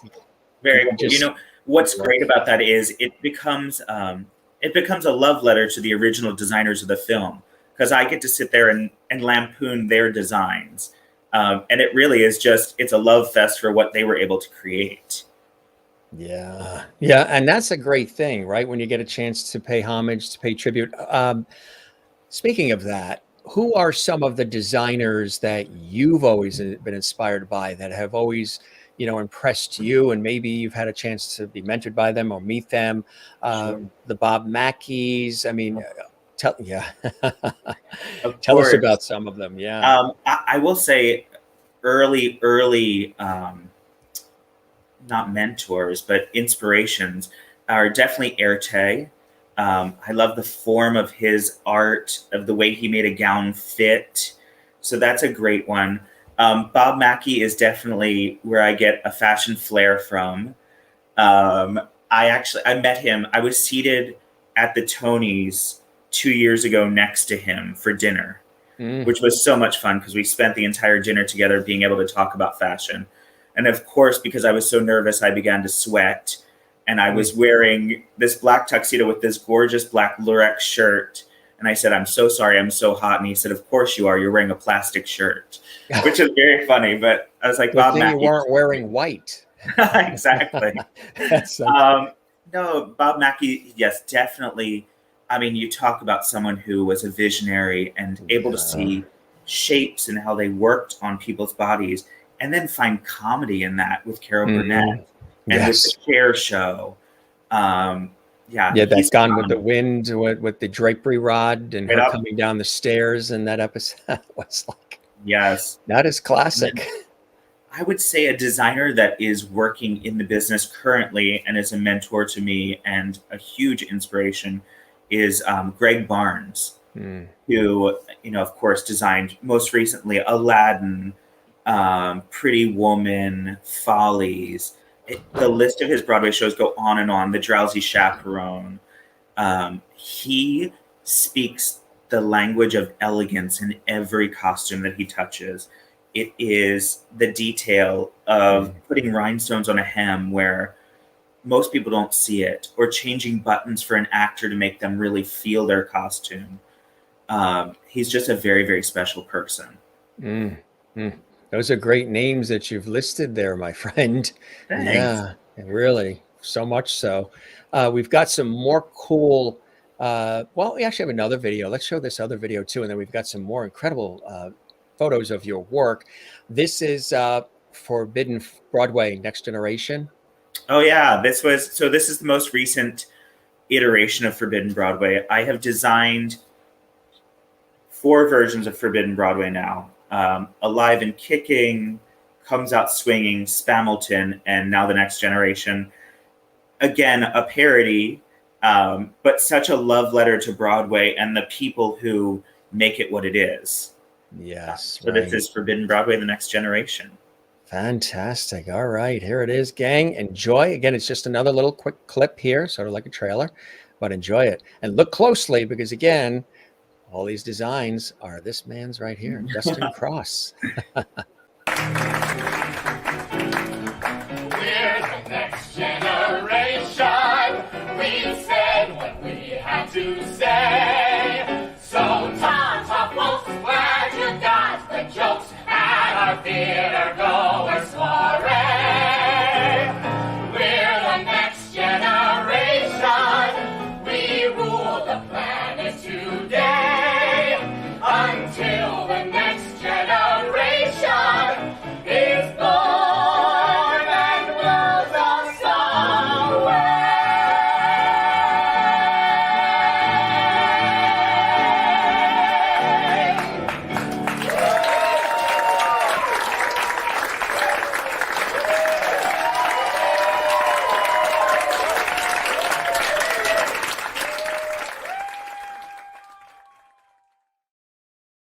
You know, some folks have asked, and that was a great clip, and you just saw amazing work there. Do you have? It's kind of hard when this question is asked because it's almost like you love them all because each is so unique and different. But Sure. one of the viewers, one of our lovedies, asked if you have favorite productions that you've been involved in, ones that really are near and dear to your heart that come first, or do you like them equally because they're sort of like your baby? I was just going to say, they're like your children. Are you able to choose one over another one? But I mean, there are definitely special ones that come out of that, special relationships that you've formed. Spamilton was one of those, getting to work with one of my best friends in the business and in life, Jerry McIntyre, who is called the mayor of Broadway. He's done over 8 or 10 Broadway shows, and the collaboration and friendship that came out of that. Yes. I would say Prince of Egypt, working alongside Stephen Schwartz, the creator of Wicked and Pippin and Godspell, just being in the room with him that was a life-changing experience. You know, there's so many of them, but those are 2 that come right off the top of my head. Even Grumpy Old Men. Oh, I love Grumpy Old Men. This version was in California. But I mean, great. Look, the cast members in this, Ken Page standing there in the Hawaiian shirt, the voice of Oogie Boogie from The Nightmare Before Christmas. Oh, with Disney. yeah. You know, the first day you meet him and you say, oh my gosh, can you record my voicemail on my phone because you're Oogie Boogie? And he was like, get out of here. The gorgeous Leslie Stevens, who was Roxy in Chicago, and Heather Jane Rolfe over there, she was the original voice of the gingerbread man in Shrek the Musical. I mean, you just never forget these people. It's amazing. Yes, to develop an original musical like Grumpy Old Men was what an experience, and work with that creative team. Really fantastic. Oh gosh, that brought back so many memories. I wasn't even thinking about Grumpy Old Men today. Love that. Makes you think of Jack Lemmon and Walter Matthau too, right? The originals. I mean, that original film. How do you? Great actors. Jack Lemmon, one of my favorite actors of all time. I've always loved Jack Lemmon. The Out of Towners and just all the different incredible movies. Really, really cool when you see all of this and you see all these productions. And again, as I mentioned, we've worked at Carnegie Hall with Tim for some of the incredible productions of An American Christmas Carol with so many of the artists as well. And you enjoy doing that as well, don't you? I do. I mean, because that is the epitome of what I do. You know, just making sure that a performer feels great before they walk out on that stage. And what an iconic stage to walk out on. Oh, boy. As you know, because you walked onto the stage at Carnegie Hall, you look at that auditorium. It's an honor. And think, how many people have performed here that are icons? Yes. You know, and with the American Christmas Carol, so many of the people that we have in the show are icons. And if not, they will be. I mean, that's such a talented performance each year. But absolutely. And then, of course, we talked about another recent production, obviously, that's just a couple years ago. And we can show this. We got some clips here we can show, and maybe we can talk over it as well. We're talking about Celtic Hearts. We have some clips here. This, of course, you've had the Harp Twins, Mairead Nesbitt, Mimi McGoon, and Lynn Hillary, and Ella Roberts, and so many others. What was it like being a part? Well, I saw you in action, and it was really an honor to be a part of that from really almost start to finish. And I think, you know, it was that pre-filming where we were on the coast of Maine filming, and they did some filming in Ireland as well. Yeah, it was a little brisk, right? In March, it was definitely brisk. You feel that sea air on you. The New England and we were out of those rock hours. And I think in this video, I'm pretty sure you see that Mairead Nesbitt is barefoot in this shot. And, we were shooting in like, it might have been 40 degrees, but that's how she wanted it. Look, it's just so gorgeous. And we thank Tim Janis for allowing us to use the footage here. It's beautiful footage. Yes, thank you, Tim. So then there we are in concert. It was great. It was really cool how Tim envisioned that going from the coast to the concert and back and forth. And Emer over there on the flute, Ella Roberts, the harp twins. And there's Tim at the piano, yeah. Such and you even worked his, I know you even worked his scarf for him too. adjusting the scarf on his coat. It was between numbers when he needed to be more active or less active. We take the jacket away and the scarf. I mean, just look at that. And they're on the rocks there by the Nubble Lighthouse in beautiful York, Maine. Yes. It was a gorgeous day. It's a beauty. I love that town. I love that whole area. I think it's somewhere in this recording, and you can find this recording is available. Oh, yes. To the public. But there were a circle of birds that came over top of us while we were performing this music, and they just circled like above. It was so gorgeous, and it was beautiful just to see them. It was like they were being embraced by the music, or they were embracing the music. We just look at the costumes themselves. I mean, and Mairead, yes, Sequin will never do you wrong. No. And like, there you go. There they are right there. The harp twins and Mairead on the rocks there, the rocky shore of Maine in like March, April, where it isn't necessarily summer vacation weather, but everybody's a professional. You get it done. Exactly. And I want to say we did it within a few takes because everybody was such a consummate professional here. Yes. That's the thing, and I've talked to Mairead about it. And when Ella Roberts was on the show and Amelia McGune and the Harp Twins, all the Lynn Hillary, about how much fun everybody had and how it was so, warm, and everybody was striving to really put together something really spectacular. Sometimes you can work on sets or on productions where there's a lot of angst and a lot of craziness and ego and all of that. Sure. But with this, everybody was on the same page. Everybody rolled up their sleeves and dove in. And, if you have to redo it, you redo it and just get it done. And that, I love atmospheres like that. I know you do too. I do. I mean, I would prefer that to any other atmosphere. This one was very special, though, because I think we all felt the magic that this was, the heart that this was. It was the minute you listened to the pre-recording that Tim sent out, it was like, this is something really special. Yes. And we were so ready to share it with everyone. Yes. Yeah. We actually, right after we finished this shoot, we had this great house that overlooked the coast right there, and we all went up and just sat around and loved on each other. Like it was this whole thing was such a love fest. It was very, very sweet. Remember afterwards, we all got together and we were looking for what place would be open after everything was a wrap, what would be open afterwards. And we ended up at that really warm, there's a fireplace. Yes. And it was really terrific. Everybody was there. It was so sweet. My parents were there that night and actually became very close with Ella Roberts. And they also keep in communication. The Harp Twins were there. Their mom was there with them. Joey Schumann was there. Mairead was there. Lynn was there. Emer was there. And it was. And it was a fun night. That was just a crew that, you can't replicate those crews sometimes. Yeah. No. That was really, really fantastic.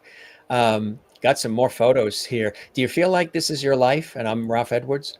I do. I really do. Kind of a cool feeling, isn't it? You're pulling things up that I'm like, oh, what's coming up now? I see that. I'm just looking down in the comments. My girlfriend Lynn is watching right now. Oh, is she? Who is a huge Broadway fan. Oh, there she is. Yes.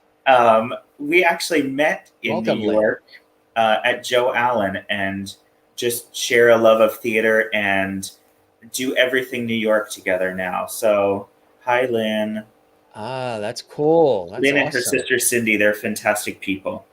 Ah, that's fantastic. Great. Welcome, Lynn. Nice to have you here on the Jim Masters Show Live Entertainment Lifestyle Talk Show Series. You're now a Lovety. She's a Lovety, right, Dustin? Yes, She's absolutely. she didn't know that was going to happen when she tuned in, but she's now a Lovety on JMS Live, and we love that. We've got some more really great shots here. This is From Here to Eternity. Oh, this was such a gorgeous show. Robin Herder was in this, who was just nominated for Moulin Rouge for the Tony Award. This cast was spectacular, and what a fantastic tale to give to our servicemen and women. Just really the struggle of what that bombing was and what that did to people. Mm-hmm. And that beautiful set. Oh my gosh. Stanley Mayer, who did that set, who is the original set designer for Beauty and the Beast on Broadway, and this London production of it. I mean, it's stunning. There were palm trees in the audience. Really? Yeah, it was fully immersive. When the bombing happened, this is the Pearl Harbor story, it shook the entire theater. There was the projections on the wall. It was stunning. I mean, there's never been a production like that. Wow. So very moving, obviously. Absolutely. And touching.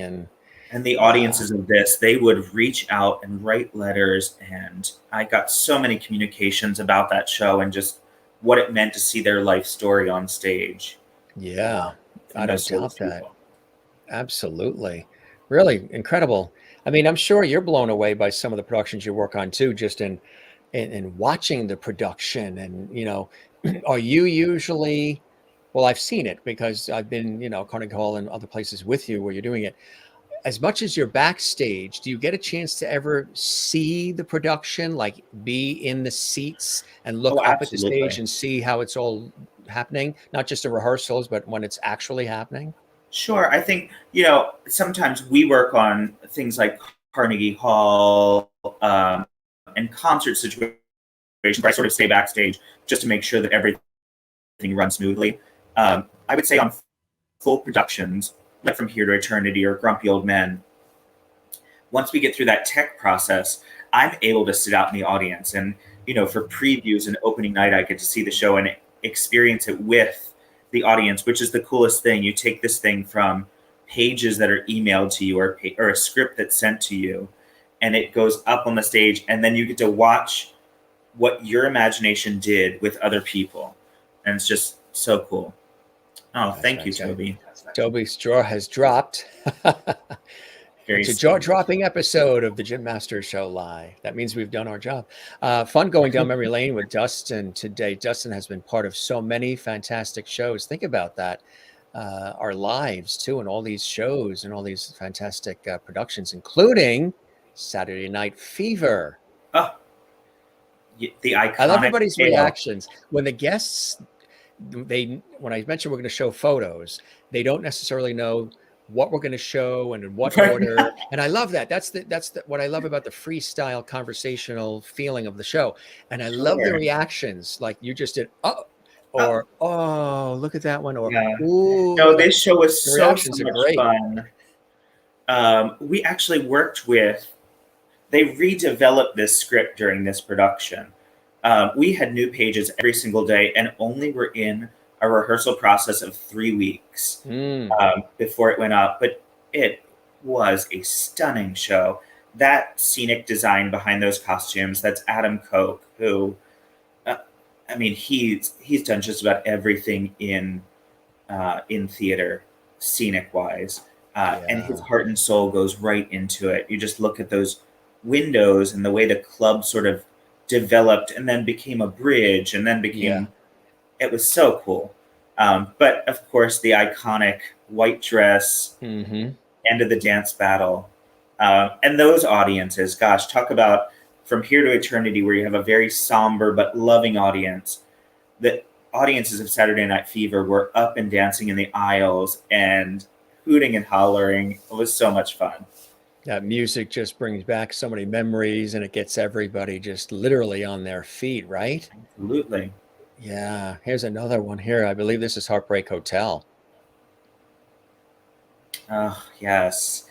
This is the prom sequence in Heartbreak Hotel. This is Elvis has actually become famous at this point, and his girlfriend at the time, who was his first and only like girlfriend before he ended up marrying Lisa Marie later in life.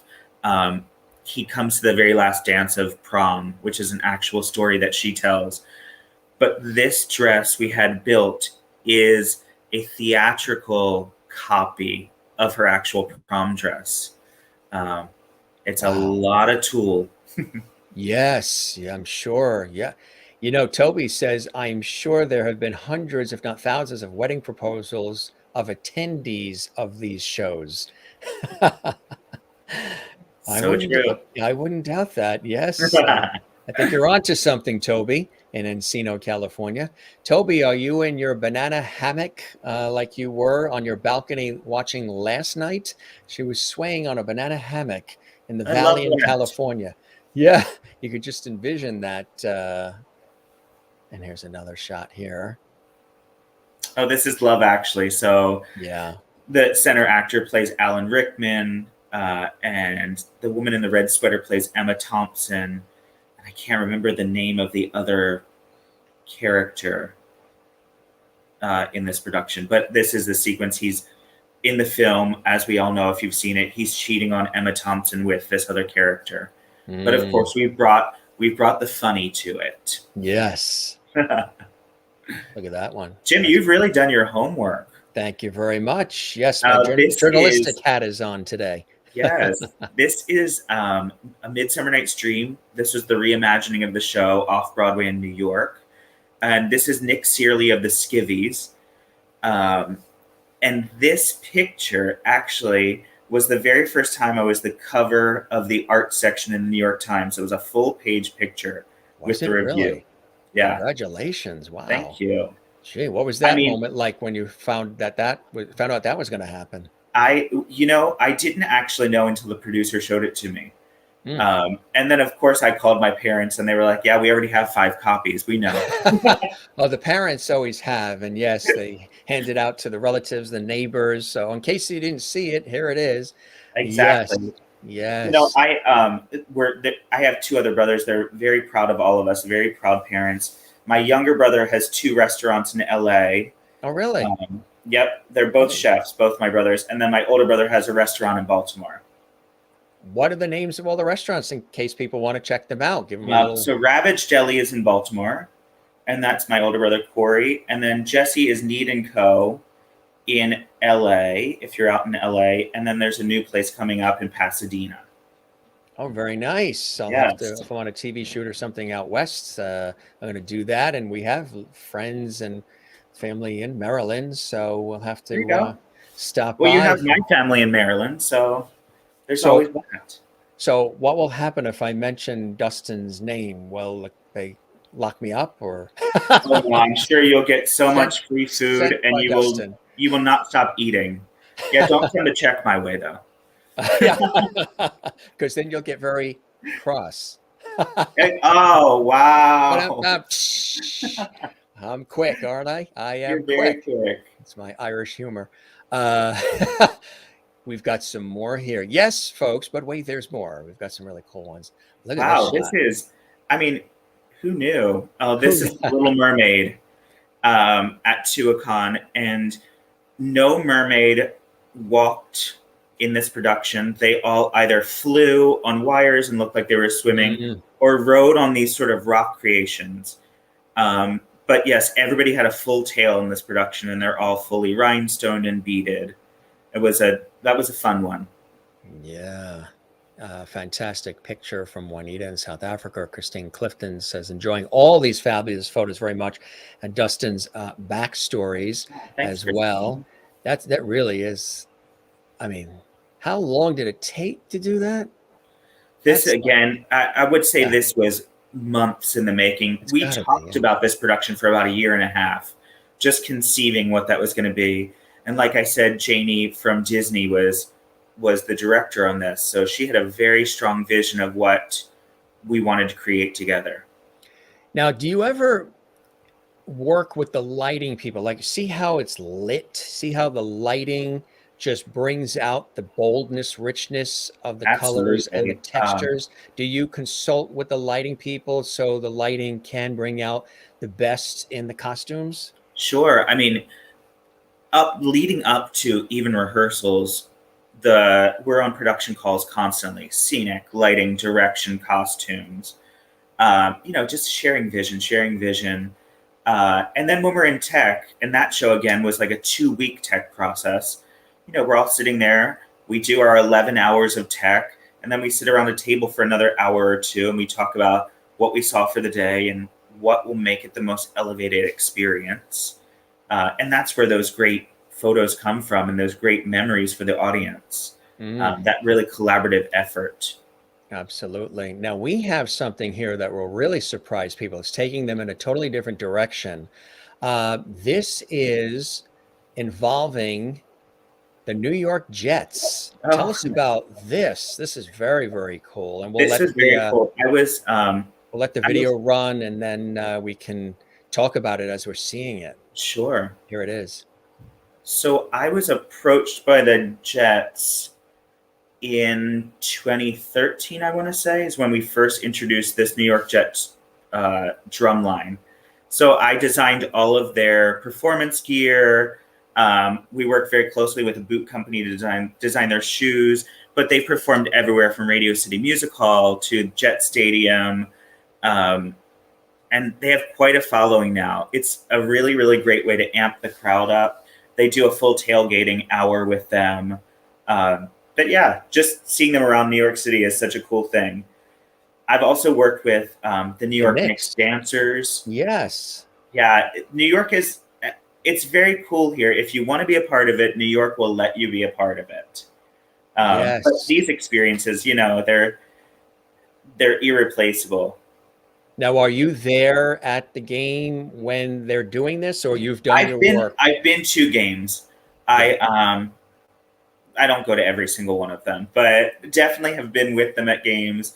At the Knicks, I sat courtside. I was literally next to Spike Lee while I was watching the Knicks perform in my costumes, which was very fun. The dancers. Wow. Yeah. Yeah, it was a cool moment. That is cool, huh? Jeez. We've got a few more here, just to show people the variety and the scope. Again, I know your work, but this is new for a lot of the folks that are watching. Rent. Sure. Rent. This was at the Gateway Playhouse. Again, a phenomenal cast, and choreographed by Jerry McIntyre of Spamilton. He brought me onto this project. Just what a needed story, and a story of love and connection and inclusion. And you get to develop real people on stage. This is where that fantasy sort of goes away, and you develop the people of the East Village in the early 90s in New York. Very cool. Really? Absolutely. Yeah. Mary Poppins as well. Mary Poppins, Gail Bennett and Tony Mansker, and that cast of Mary Poppins, phenomenal. What a great story, and what a show about quick changes. Yes. What was that like? All they do is change clothes in that show. And even this number is Jolly Holiday. So the entire number starts out black and white, and it's in color by the end. And this is we're sort of seeing this midway, but creating magic skirts that when women Shanae turn go from black and white to full color and flowers, or men's vests that pull away down and turn into a tuxedo tailcoat that's in full color. It's a fun challenge. Yeah, I can imagine. I like the way you say that. A fun challenge, because there are different levels of challenge, right? Exactly. But I love the quick change. I love the reveal. That's a lot of my designs are built on that. I like the audience to be wowed. They think they're seeing one thing and it becomes something else. Billy Elliot. Billy Elliot. What a Mhm. poignant moment in that show. This is the angry dance. When really the riots start, and Billy just doesn't understand why he can't be a part of his country and dance, which is the one thing that he loves. Um, what a great moment and a great shot. Mm, it really is. Absolutely. Also, witches. Oh, we talked about it. Yes. Yes. The strong, strong women of Witches of Eastwick, Sarah Gettelfinger in the green, Mamie Paris in the blue, and Nancy Anderson in that cream dress played these women who became iconic from the film with Jack Nicholson. And I mean, you couldn't take three better women and let them be iconic in their own right. Sarah Gettelfinger, who played Morticia Addams on Broadway in The Addams Family. Nancy Anderson, who played Kate in Kiss Me Kate on Broadway and London's West End, nominated for many awards. And Mamie Paris in the center, who's done multiple Broadway shows, but when Cats came back to Broadway was Grisabella in Cats. And gosh, just singing memory. That woman. Dobie asks, do you ever encounter actors that get a panic attack if a costume is out of their comfort zone? And if so, how do you deal with it? I would imagine,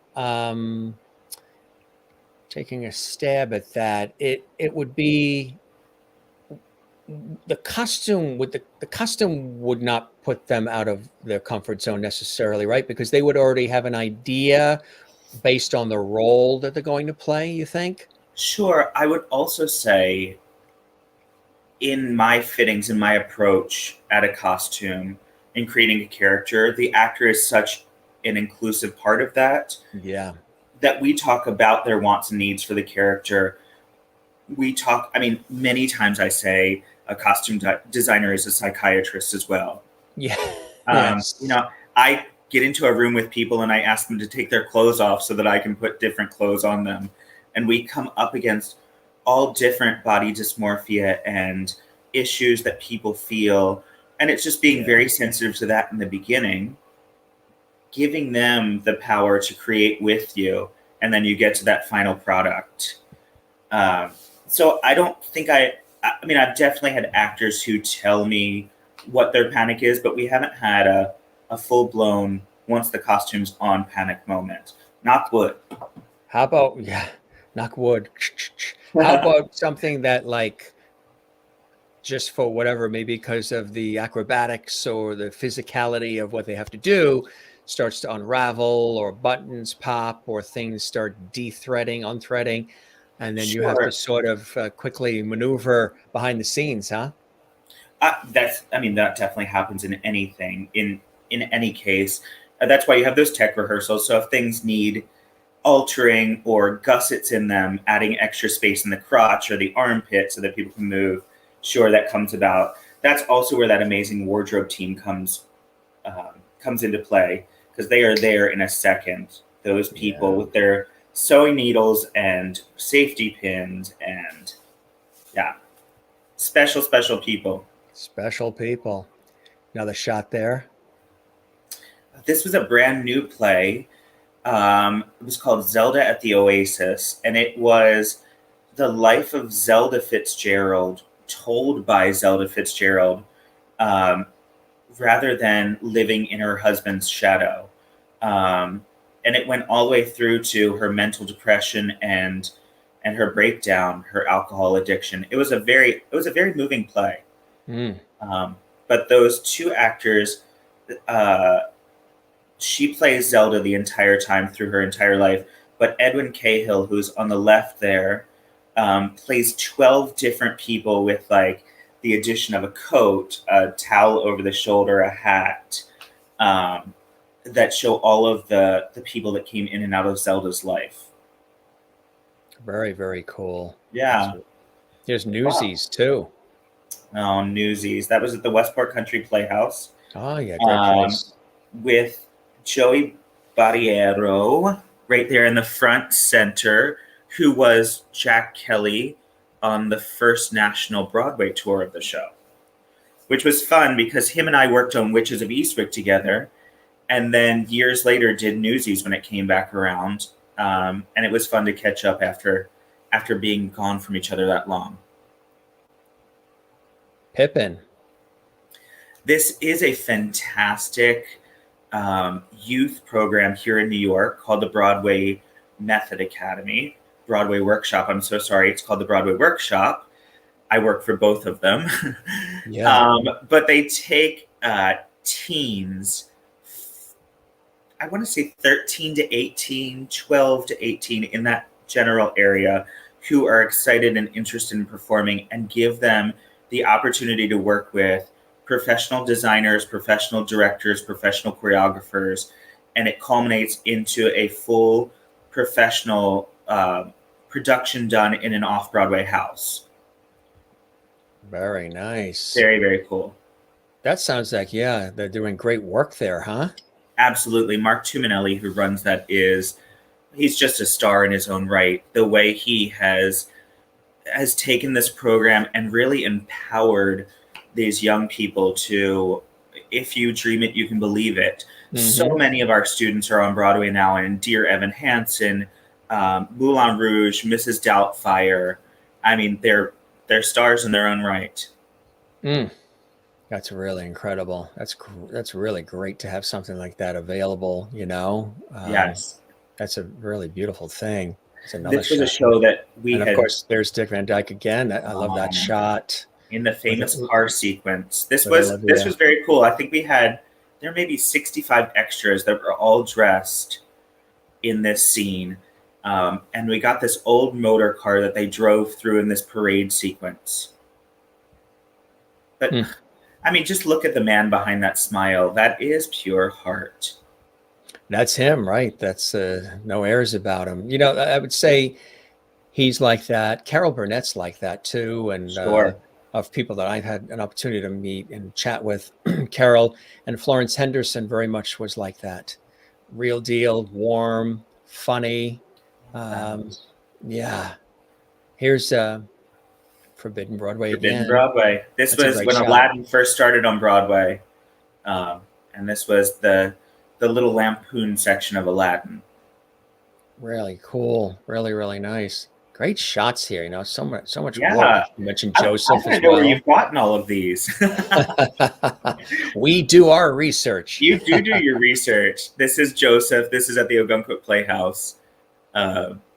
Fantastic. Jamie McDaniel directed that and choreographed it. It was a stellar production. This is $1 Million Quartet at the Engelman Theater. We saw that earlier. Nice. Great theater that just reopened 2 weeks ago with Smokey Joe's Cafe after the pandemic. Their first show after 18 months. And then where I'll be doing White Christmas starting November the 11th. That is exciting news, isn't it? Huh? Yes. Broadway's back. And Cougar, too. Oh, Cougar the musical. This was, I will say this, when we talk about when my career started, this was one of those moments, those off-Broadway shows that really launched me. It was directed by Lynn Taylor Corbett, who won the Tony for Swing on Broadway. She was the choreographer of the film Footloose. And I was this young kid that she took an interest in and gave me this show and gave me 3 of my lifelong friends, starting from the left, Mary Mossberg, in the center, Babs Wynn, and on the right, Brenda Braxton, who we still get together once a month. And this show was over 9 years ago, maybe 10 years ago. Has it been that long? Wow. Yeah. That's crazy to think about. You know, what a fun show. It now runs, I mean, it's run around the world. It's been in Seoul, Korea. It's been in Germany. It was here in New York. It was great. Congrats on your brilliant career, brilliant work, and what a master at your craft. I second that. You know, it's interesting because we're all very busy in the things that we do, and sometimes we don't get a chance to look back at some of the things that we've done because we're moving on to the next project. So when you see some of this work and some of these things over the years, What runs through you as you're seeing all of this, Well, and you you're have like, given wow. me, I mean, you just gave me an afternoon of reflection on friends and relationships and the people who built me as a designer. It's really humbling when you see these people and I try never to forget a name. I will never forget a face, but I try never to forget a name because everyone I've met in this business has made me the person that I am today. And that's what this whole afternoon has felt like. It's just so much love and the adoration that I have for them and the moments that we've all shared. Very cool. Well, Tim's name and my name are relatively easy. You just interchange the T and the J. Tim and Jim. I mean, I'll that's never we forget. unless you call him Timothy and you call me James, but I mean, otherwise Tim and Jim, it's easy. Always Tim and Jim. It's And I do look forward to that when we're back together creating, yeah, which will be so much absolutely. fun. Yeah, I hope we get a chance to not only work together but socialize, Dustin. It'd be really cool to do Absolutely. that. And I do want to let you know that there is somebody here that is my sidekick who usually, towards the latter part, likes to just sort of smoothly sway in. Mr. George Burns is with us. Hi, George. Yeah, he's there with his cigar. And now, talk about costuming. He's very nicely attired, isn't he? Very He is. That is a spiffy. fantastic custom tuxedo. I tell you, huh? He's always looking good. And he With played his God. signature cigar in his hand. Yeah.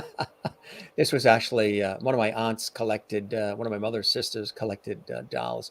And when he turned 100, I guess this limited collector's doll came out. She Wow. collected it. And then it got passed down to me. And I started using it on the show, a year and a half ago already. And I usually bring him out towards the end and puts a smile on the viewers' faces. And the guests are like, oh, there's George. And some of them say, oh, let me tell you about the story when I worked with George Birds. Oh my gosh. I wish I were so lucky. Yeah, he was fantastic. What are, I like to ask the guests sometimes, what are some of those continued joys and blessings in your life, Dustin, that inspire you to create in the beautiful way that you do and to sort of create this continued forward momentum in that creation and that artistry and in your career? I mean, I will say the first and foremost are my family. Of course, my Yes. mother, my father, my brothers, now my nieces and nephews, Mm, and that extended family, my aunts and uncles, really, who I know so many of them are watching right now, so I have to they say, are. I'm just kidding. Hey, They, Cross I'm, family. I'm sure, I'm sure. They're all lovities Um, now. but yeah, so friends, family, those are things that I hold near and dear. They always fuel me to do my best, always check in, always make me check in on myself. So that is the foundation of any of this. And then I think really just having great production teams and checking back with the people that you loved working with, developing those relationships is so important in this business. Um, what are other things that fuel me? Great television, Yeah. Yes. Yes. fun conversation. Being back from this pandemic now, you're it makes you focus on the things that really mean the world to you, and taking that time, as we discussed earlier in the show, um, to love that. So I would say those are the things that are fueling me currently. And mention again for us some of the exciting things that are coming up. Again, this is live right now, and people may watch this a year from now, 2 years from Sure. now in the archives, because we archive all of our episodes on a YouTube channel, Jim Masters TV. But for those that are watching, now or next week, next month, what are some of the cool things that are coming up for you? I would say almost immediately, Into the Woods with the Broadway Method Academy, which is in Connecticut. Um, the Engelman is White Christmas if you're in the Long Island area and you can get out to see that. Love Actually, the parody, which is in New York off Broadway at the Jerry Orbach Theater, and in Chicago at the Apollo Theater. And And then, there's other exciting things coming up in January. I'll be in Cleveland and Idaho setting a new production of Ain't Misbehavin'.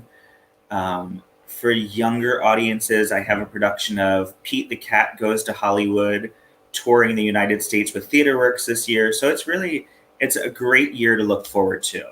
But, and I don't know if I can do this, but I'm going to say it anyway. If you want to keep up to date, my website is dustincrossdesigns.com.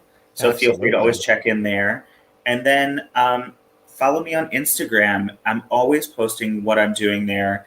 And that's Dustin Cross Designs on Instagram as well. Always fun to connect with people who see the shows and really just, share that energy. That's right. That it's all about sharing and relating, and that's how things grow and go. And I love that. That's fantastic, my friend. This was really fantastic. I want to show you a couple more comments coming in from our lovely audience all around the world. Kathleen in New York City says, loved this. You are a brilliant designer, Dustin, and so talented. I told you my friend Dustin was. I'm glad you guys came to the party today. Juanita says, and she's in South Africa. Once again, this was a fabulous conversation. Thank you, Dustin, for spending time with us and sharing your wonderful career. Absolutely. Thank you for listening. Toby in Encino, California. Very humble, Dustin. I agree. He is. Merlin in Ontario. To all your future endeavors, Dustin. Hearts and claps. And I love that. I love that. Good stuff. Thank you very much. And Toby, thanks for all of the love and support. You're a big fan of our show as well. I really appreciate that. This was amazing. This was really awesome. It's as if we're not live around the world. We're just talking to each other, chatting, with a glass of wine in the living room and some of that cheese. It's just kind of like picking up where we left off. Exactly. And you're already setting yourself up to come over for a dinner party. I can feel it. Can you feel it? What should I bring? Well, you can text me. Yes. Jim, it was so great catching up. It really was. After 18 months, just to see a friendly face, and I know we text each other, but just to really almost be live with each other and in each other's presence again, this is just as close, and it felt great. So thank you for having me on. My pleasure. I hope the show met whatever expectations you had, my friend, and you enjoyed the time with me as much as I have with you. I really did. It exceeded the expectation. Who knew those photos existed? And now I'm going to go scour the internet looking for them. Well, this was really fantastic. A couple more comments coming in. Christine Clifton says, Dustin, you are so brilliant. It was a joy to learn more of your successful career in life. How wonderful you get to do what you love. I would agree there. We are blessed be, to be doing work that speaks to our heart and to the essence of who we are, Dustin. Are we Absolutely. lucky? It is. I celebrate that more often than not, and remember to celebrate that. We are very, very lucky people. We really are. Mary Bishop in Florida says, great conversation. Thanks, Jim and Dustin. Thanks, gang, for all these great comments. And anybody who's watching this later on in the archives, it will be available on our YouTube channel, Jim Masters TV, with almost 500 more episodes for you guys to enjoy. We thank you for tuning in as well. This was a blast. As I say to all the guests now, go stretch those legs, get the circulation going. Yes. We just let it roll. If guests can chat for 20 minutes, a half hour, that's fine. If they chat for an hour, 2 hours, that's fine. We don't put a limit on the length of the shows. We just say, hey, we're going to let it roll. And, however long you want to go or can go. I mean, if you had a limo idling outside or a jet being fueled, that's a little bit different, but it never feels like the timing. We chatted for about 2 hours and 10 minutes. I just looked down at that and I thought, oh my gosh, I need to make a dinner reservation somewhere. I didn't realize. It doesn't feel like that, right? Everybody says it never feels like that because it's so conversational. And I really appreciate that. And breaking bread for sure. Yes, Dustin and I will be doing that real soon. And you're the best, Dustin. You're the best, Jim. Thank you. Oh, thank you. Much success with everything. Let's continue staying in touch as we have, and hope to gather real soon. That would be awesome. And hope we're Yes. also working together on projects again soon. That would be a blessing as well.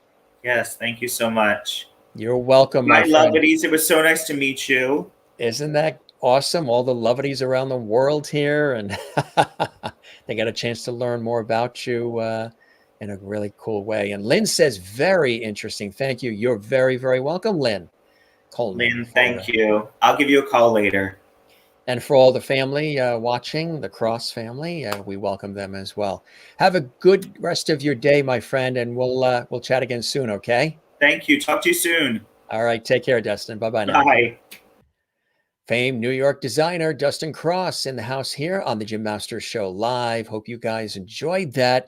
Not only did I get a chance to learn about my friend Dustin and all the incredible work he does, but also the kind of work that he does. Now, when you watch television shows and movies and you go to theater productions, stage productions, Broadway, or at your own local regional theater, you'll get an idea of what goes on behind the scenes. It really does take a village to put all these things together. Even a show like this, it's quite a process. So now you got a chance to see some of the work and hear some of those backstories as well, which is quite unique. And that's one of the things we do here on the Jim Master Show Live. We give people the space and the time to emote and to share and to inspire along with all of us. That's what I love doing. But when the guests come on, we give them time to share a little bit about who they are and what they're all about and what their hopes and dreams are and their accomplishments and why they love doing what they're doing. And you got a taste of that with our friend Dustin Cross today on this episode. And great variety too, right? From the Jets and Knicks to Broadway and off-Broadway and some of these amazing shots that we have looked at. These, again, just a few of some of the incredible things that he's had an opportunity to work on over the years. And if you missed any of this, of course, all the episodes of our series are, again, available on our YouTube channel. And of course, there is incomparable Dick Van Dyke with Olivia Clark. You may remember Olivia was a guest on our show. Absolutely. Want to let you know, coming up on Monday, Gilad Paz is going to be with us. He's a brilliant tenor and performer. He was on America's Got Talent with his duet partner, Natalie, in their group Voce Nova, which is really spectacular. He is from New Jersey originally. He also lived with his family in Israel, then Long Island, then back to Israel, then back to New York. Really an amazing story he's going to share. Also, lots of music coming up on Monday. We're going to be off tomorrow because of our family reunion on Long Island in New York. All these birthdays, mine, my brother-in-law's, one of my friends, and my nephews all combined in a 1-week period. So the family's getting together. But this will be Monday, 8 p.m. Eastern, 5 p.m. Pacific. And that's going to be live. And we really, really look forward to that. So join us for that. Also next week, Adam Shapiro is joining us, TV, film, stage actor, and singer. He's going to be with us too. And he was on Fiddler on the Roof. They also did the Yiddish version. Remember, he was involved in that. He played Tevye. And also coming up, we have from the UK, country singer Olivia Lynn. She is at the top of the charts on iTunes in country music, which is really amazing. She's going to be with us next weekend. We look forward to that. Also on Tuesday, Scott Dreyer, who is an amazing singer and songwriter and actor and so much more, very involved in the Doris Day Project, the Animal Foundation. And he's got a new CD that is, he sent me all kinds of cool stuff in tribute to Doris Day. He's going to be on the show as well. And then from The Young and the Restless, originally, they played Summer on The Young and the Restless. Twins. They're out in Hollywood. Bianca and Cara D'Ambrosio. They're going to be with us on the show, too. Starring in The Bay, of course. That's the Disney project. And also YA, Lady of the Manor, The Young and the Restless. They've worked with some of the top stars in Hollywood. And they're really, really fantastic sisters, full of lots of levity.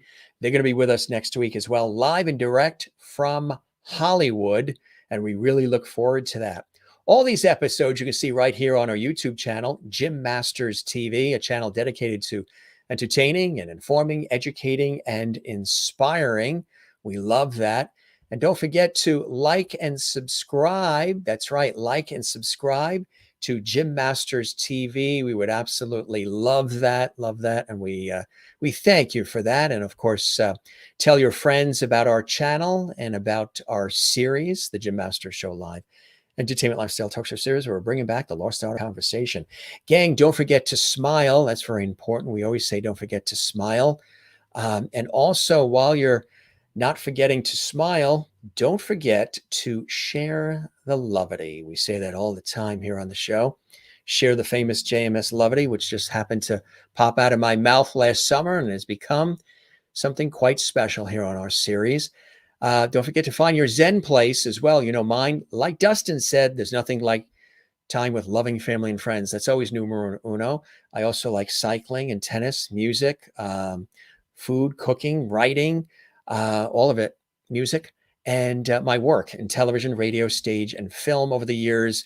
Also very Zen for me. And obviously you can see from Dustin and his work, he's in his Zen place and his zone when he's doing what he's doing as well. And of course, the ocean for me. You guys know I love to swim, surf, boogie board, sail in it, float in it. That's another Zen place. You got to drag me out of the ocean.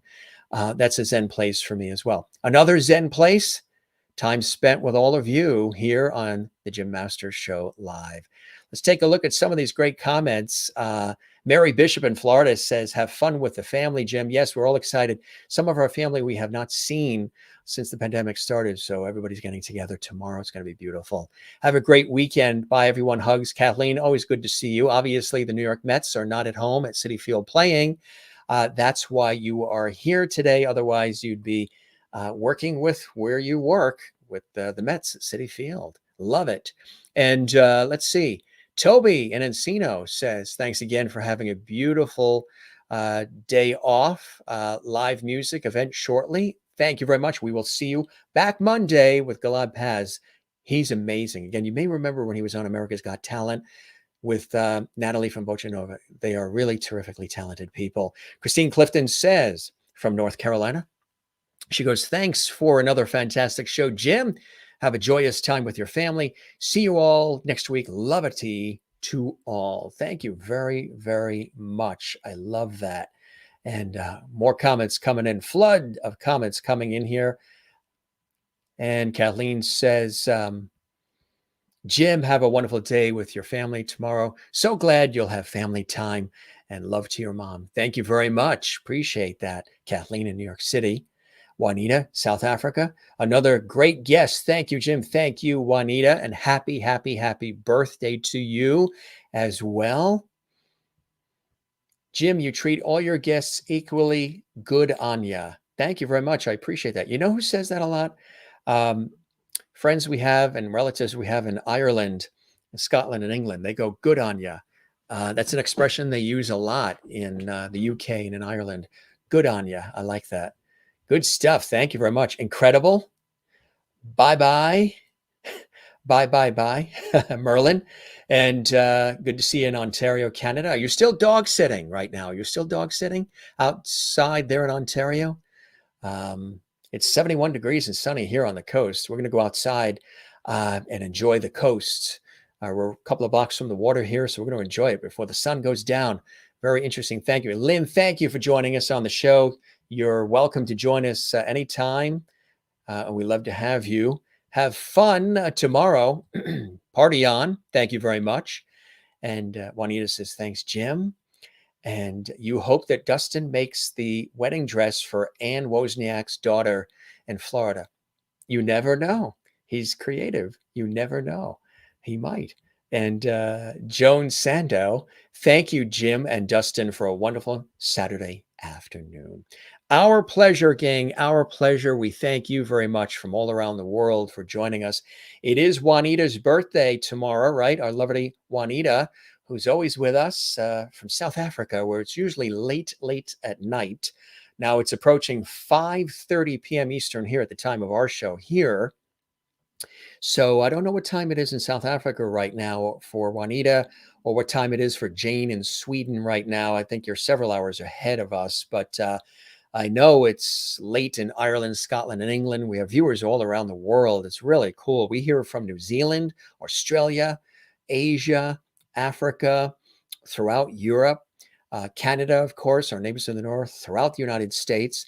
We're still waiting for a couple of viewers from Antarctica and the Arctic Circle. So if you have any connections, gang, ring them up. But since it is Juanita's birthday tomorrow, why don't we? Now, I'm not in practice and I've been talking for a couple of hours here, but we always like to sing happy birthday. One of the coolest was on my birthday when Freda Payne and I sang happy birthday to one another. Boy, that was beautiful. I still can't believe that. So it's 11:30 p.m. Oh, not bad. So it's still technically not your birthday then. Your birthday is until 30 minutes from now. The age that you are now, you have 30 minutes of it left. May the next 30 minutes go very slowly for you. Let's see. Let me take a sip of something here because I haven't really done any practicing, but I've been talking for a while. This cup blows the light out here. Some what is now ice cold coffee, Java. All right, this is for Juanita because Gabriella sang me happy birthday for my birthday, her daughter from South Africa. So we'll have to do that for. Did we just do this a year ago? That year went fast, right? I can't believe my birthday came and went last week. Went very, very quickly. But let's do that. And then it's dinner time for us. And then we're going out in the beautiful weather. And this was our show for today. We'll be back Monday, 8 p.m. Eastern, 5 p.m. Pacific. Okay. Usually I practice and warm up for this kind of stuff, but let's give it a shot here. 3, 2, 1. Happy birthday to you. Happy birthday to you. Happy birthday, dear Juanita. We love you in South Africa. Kind of cool, huh? Happy birthday to you. Happy birthday, Juanita. How was that for a guy that didn't warm up and has been talking for 2.5, almost 3 hours straight? Not bad, not bad. Thank you very much. Thank you. I think I hear applause. I got to get myself on Cameo. Everybody tells me you got to get on Cameo. Cameo. That's where we sing the happy birthday and all that fun stuff. Let's check in with some of the comments before we head out. Let's see. What do we have going on here? Juanita says, I'll better go out and party quickly for 30 minutes. Yes. And Christine says, happy birthday, of course, as well. I hope you enjoyed that, Juanita. And Kathleen is clapping. Thank you very much. And Mary says, great job, Jim. Thank you very much. And Juanita, I hope you enjoyed that little birthday song from me to you. Yeah, you call that levity on the Jim Master Show Live, right? That's what we call that. We call that levity. All right, we're going to wrap. Happy birthday to Juanita. Happy birthday to everybody and everybody else. Happy birthday to my nephew, whose birthday is tomorrow. And we're still celebrating ours. We had so much cake. The cakes are all gone. Thank God they're gone because there was like 4 cakes. There's more cake tomorrow. We're going out to dinner tomorrow in New York on Long Island. So there's going to be a lot of food and eating and laughter. Ooh, that was fantastic, Jim. Thank you. My second birthday song on JMS Live. Absolutely. Absolutely. Happy birthday to you, Juanita. All right. Thank you very much. And my CD will be coming out in December. Masters Melodies. You never know. All right, gang, you are the best. Thank you very much for being with us all this time. Mary Bishop says, good night, everyone. Enjoy the rest of your weekend. You as well. And thank you very much for the birthday wishes. This is my sister's son, sister and brother-in-law's son, Dom. And happy birthday to your nephew for tomorrow. Thank you very much. Thank you very much. You guys are the best. All right, gang, we love you all. And again, one more time while you're there, if you enjoyed this episode, give it a thumbs up on our YouTube channel. Leave a comment on our YouTube channel. That helps us big time. Why? Because YouTube then sees that and then they take this episode and they actually push it out for more people to see it. When you just click thumbs up, like, and you type a comment underneath this episode and any of the episodes you enjoy, they see that. They take that and they blast this episode out to millions more.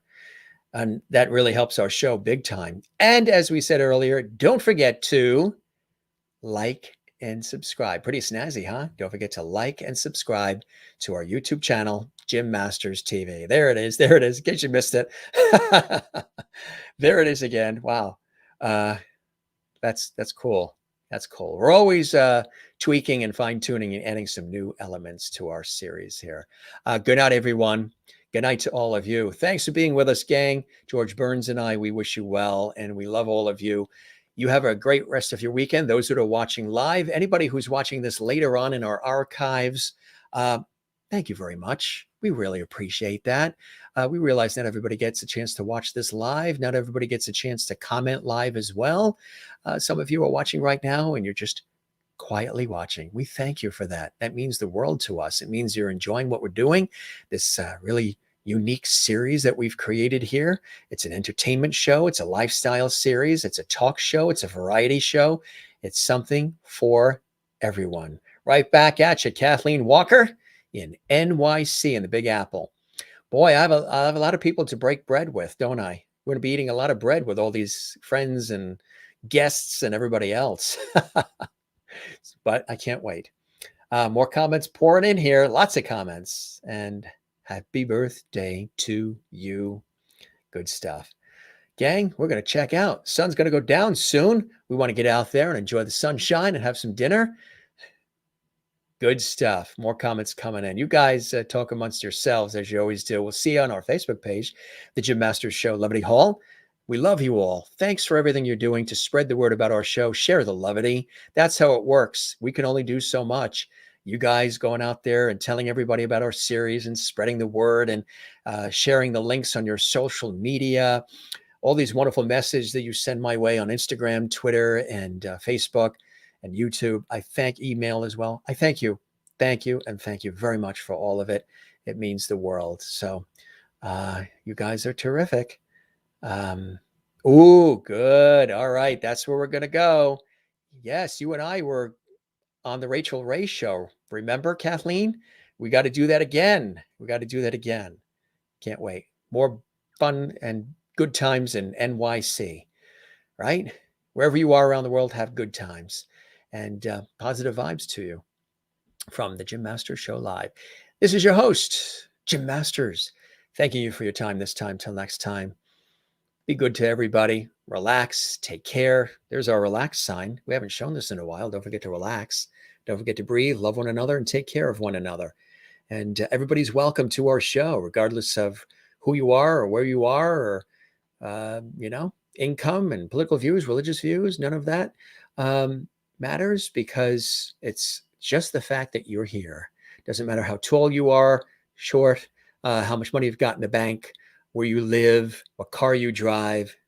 Just join us and enjoy and relax. It is the weekend, so it's time to relax. And that's what we're going to do right now. We always have the longest goodbyes and I was going to say Broadway history, but broadcast history. Thank you. Clap, clap, clap. Merlin, you are always here. Whether you're in that beautiful mauve, comfy, cushy chair, outside, dog sitting, watching on the tablet. You probably had the sun shining. It was probably hard to see us, outdoors with the tablet. But you did it. You're always here, Merlin, and we love you for that. All of you and everybody else. Take care, gang. We love you, and we will. And don't forget to subscribe. Hit that red button. There's no cost. When you subscribe, there's no cost. They just call it subscribe. I don't know why. They should just say follow, right? That's all they should say is follow. But when you click the red subscribe button, click that notification bell too, so you don't miss any of the action. We're heading out. We love you all. Take care and be well. Thanks for being with us. And we thank once again our very special guest, Dustin Cross, famed New York costume designer. Really a cool cat. Really a great friend. We're so happy to catch up with him. It's been a while since we've seen each other, and we look forward to having him back on the show again soon. We'll see you again as well. Take care. Be well. We love you all. And thanks for being with us in this episode of the Jim Masters Show Live. Take care. Cheers.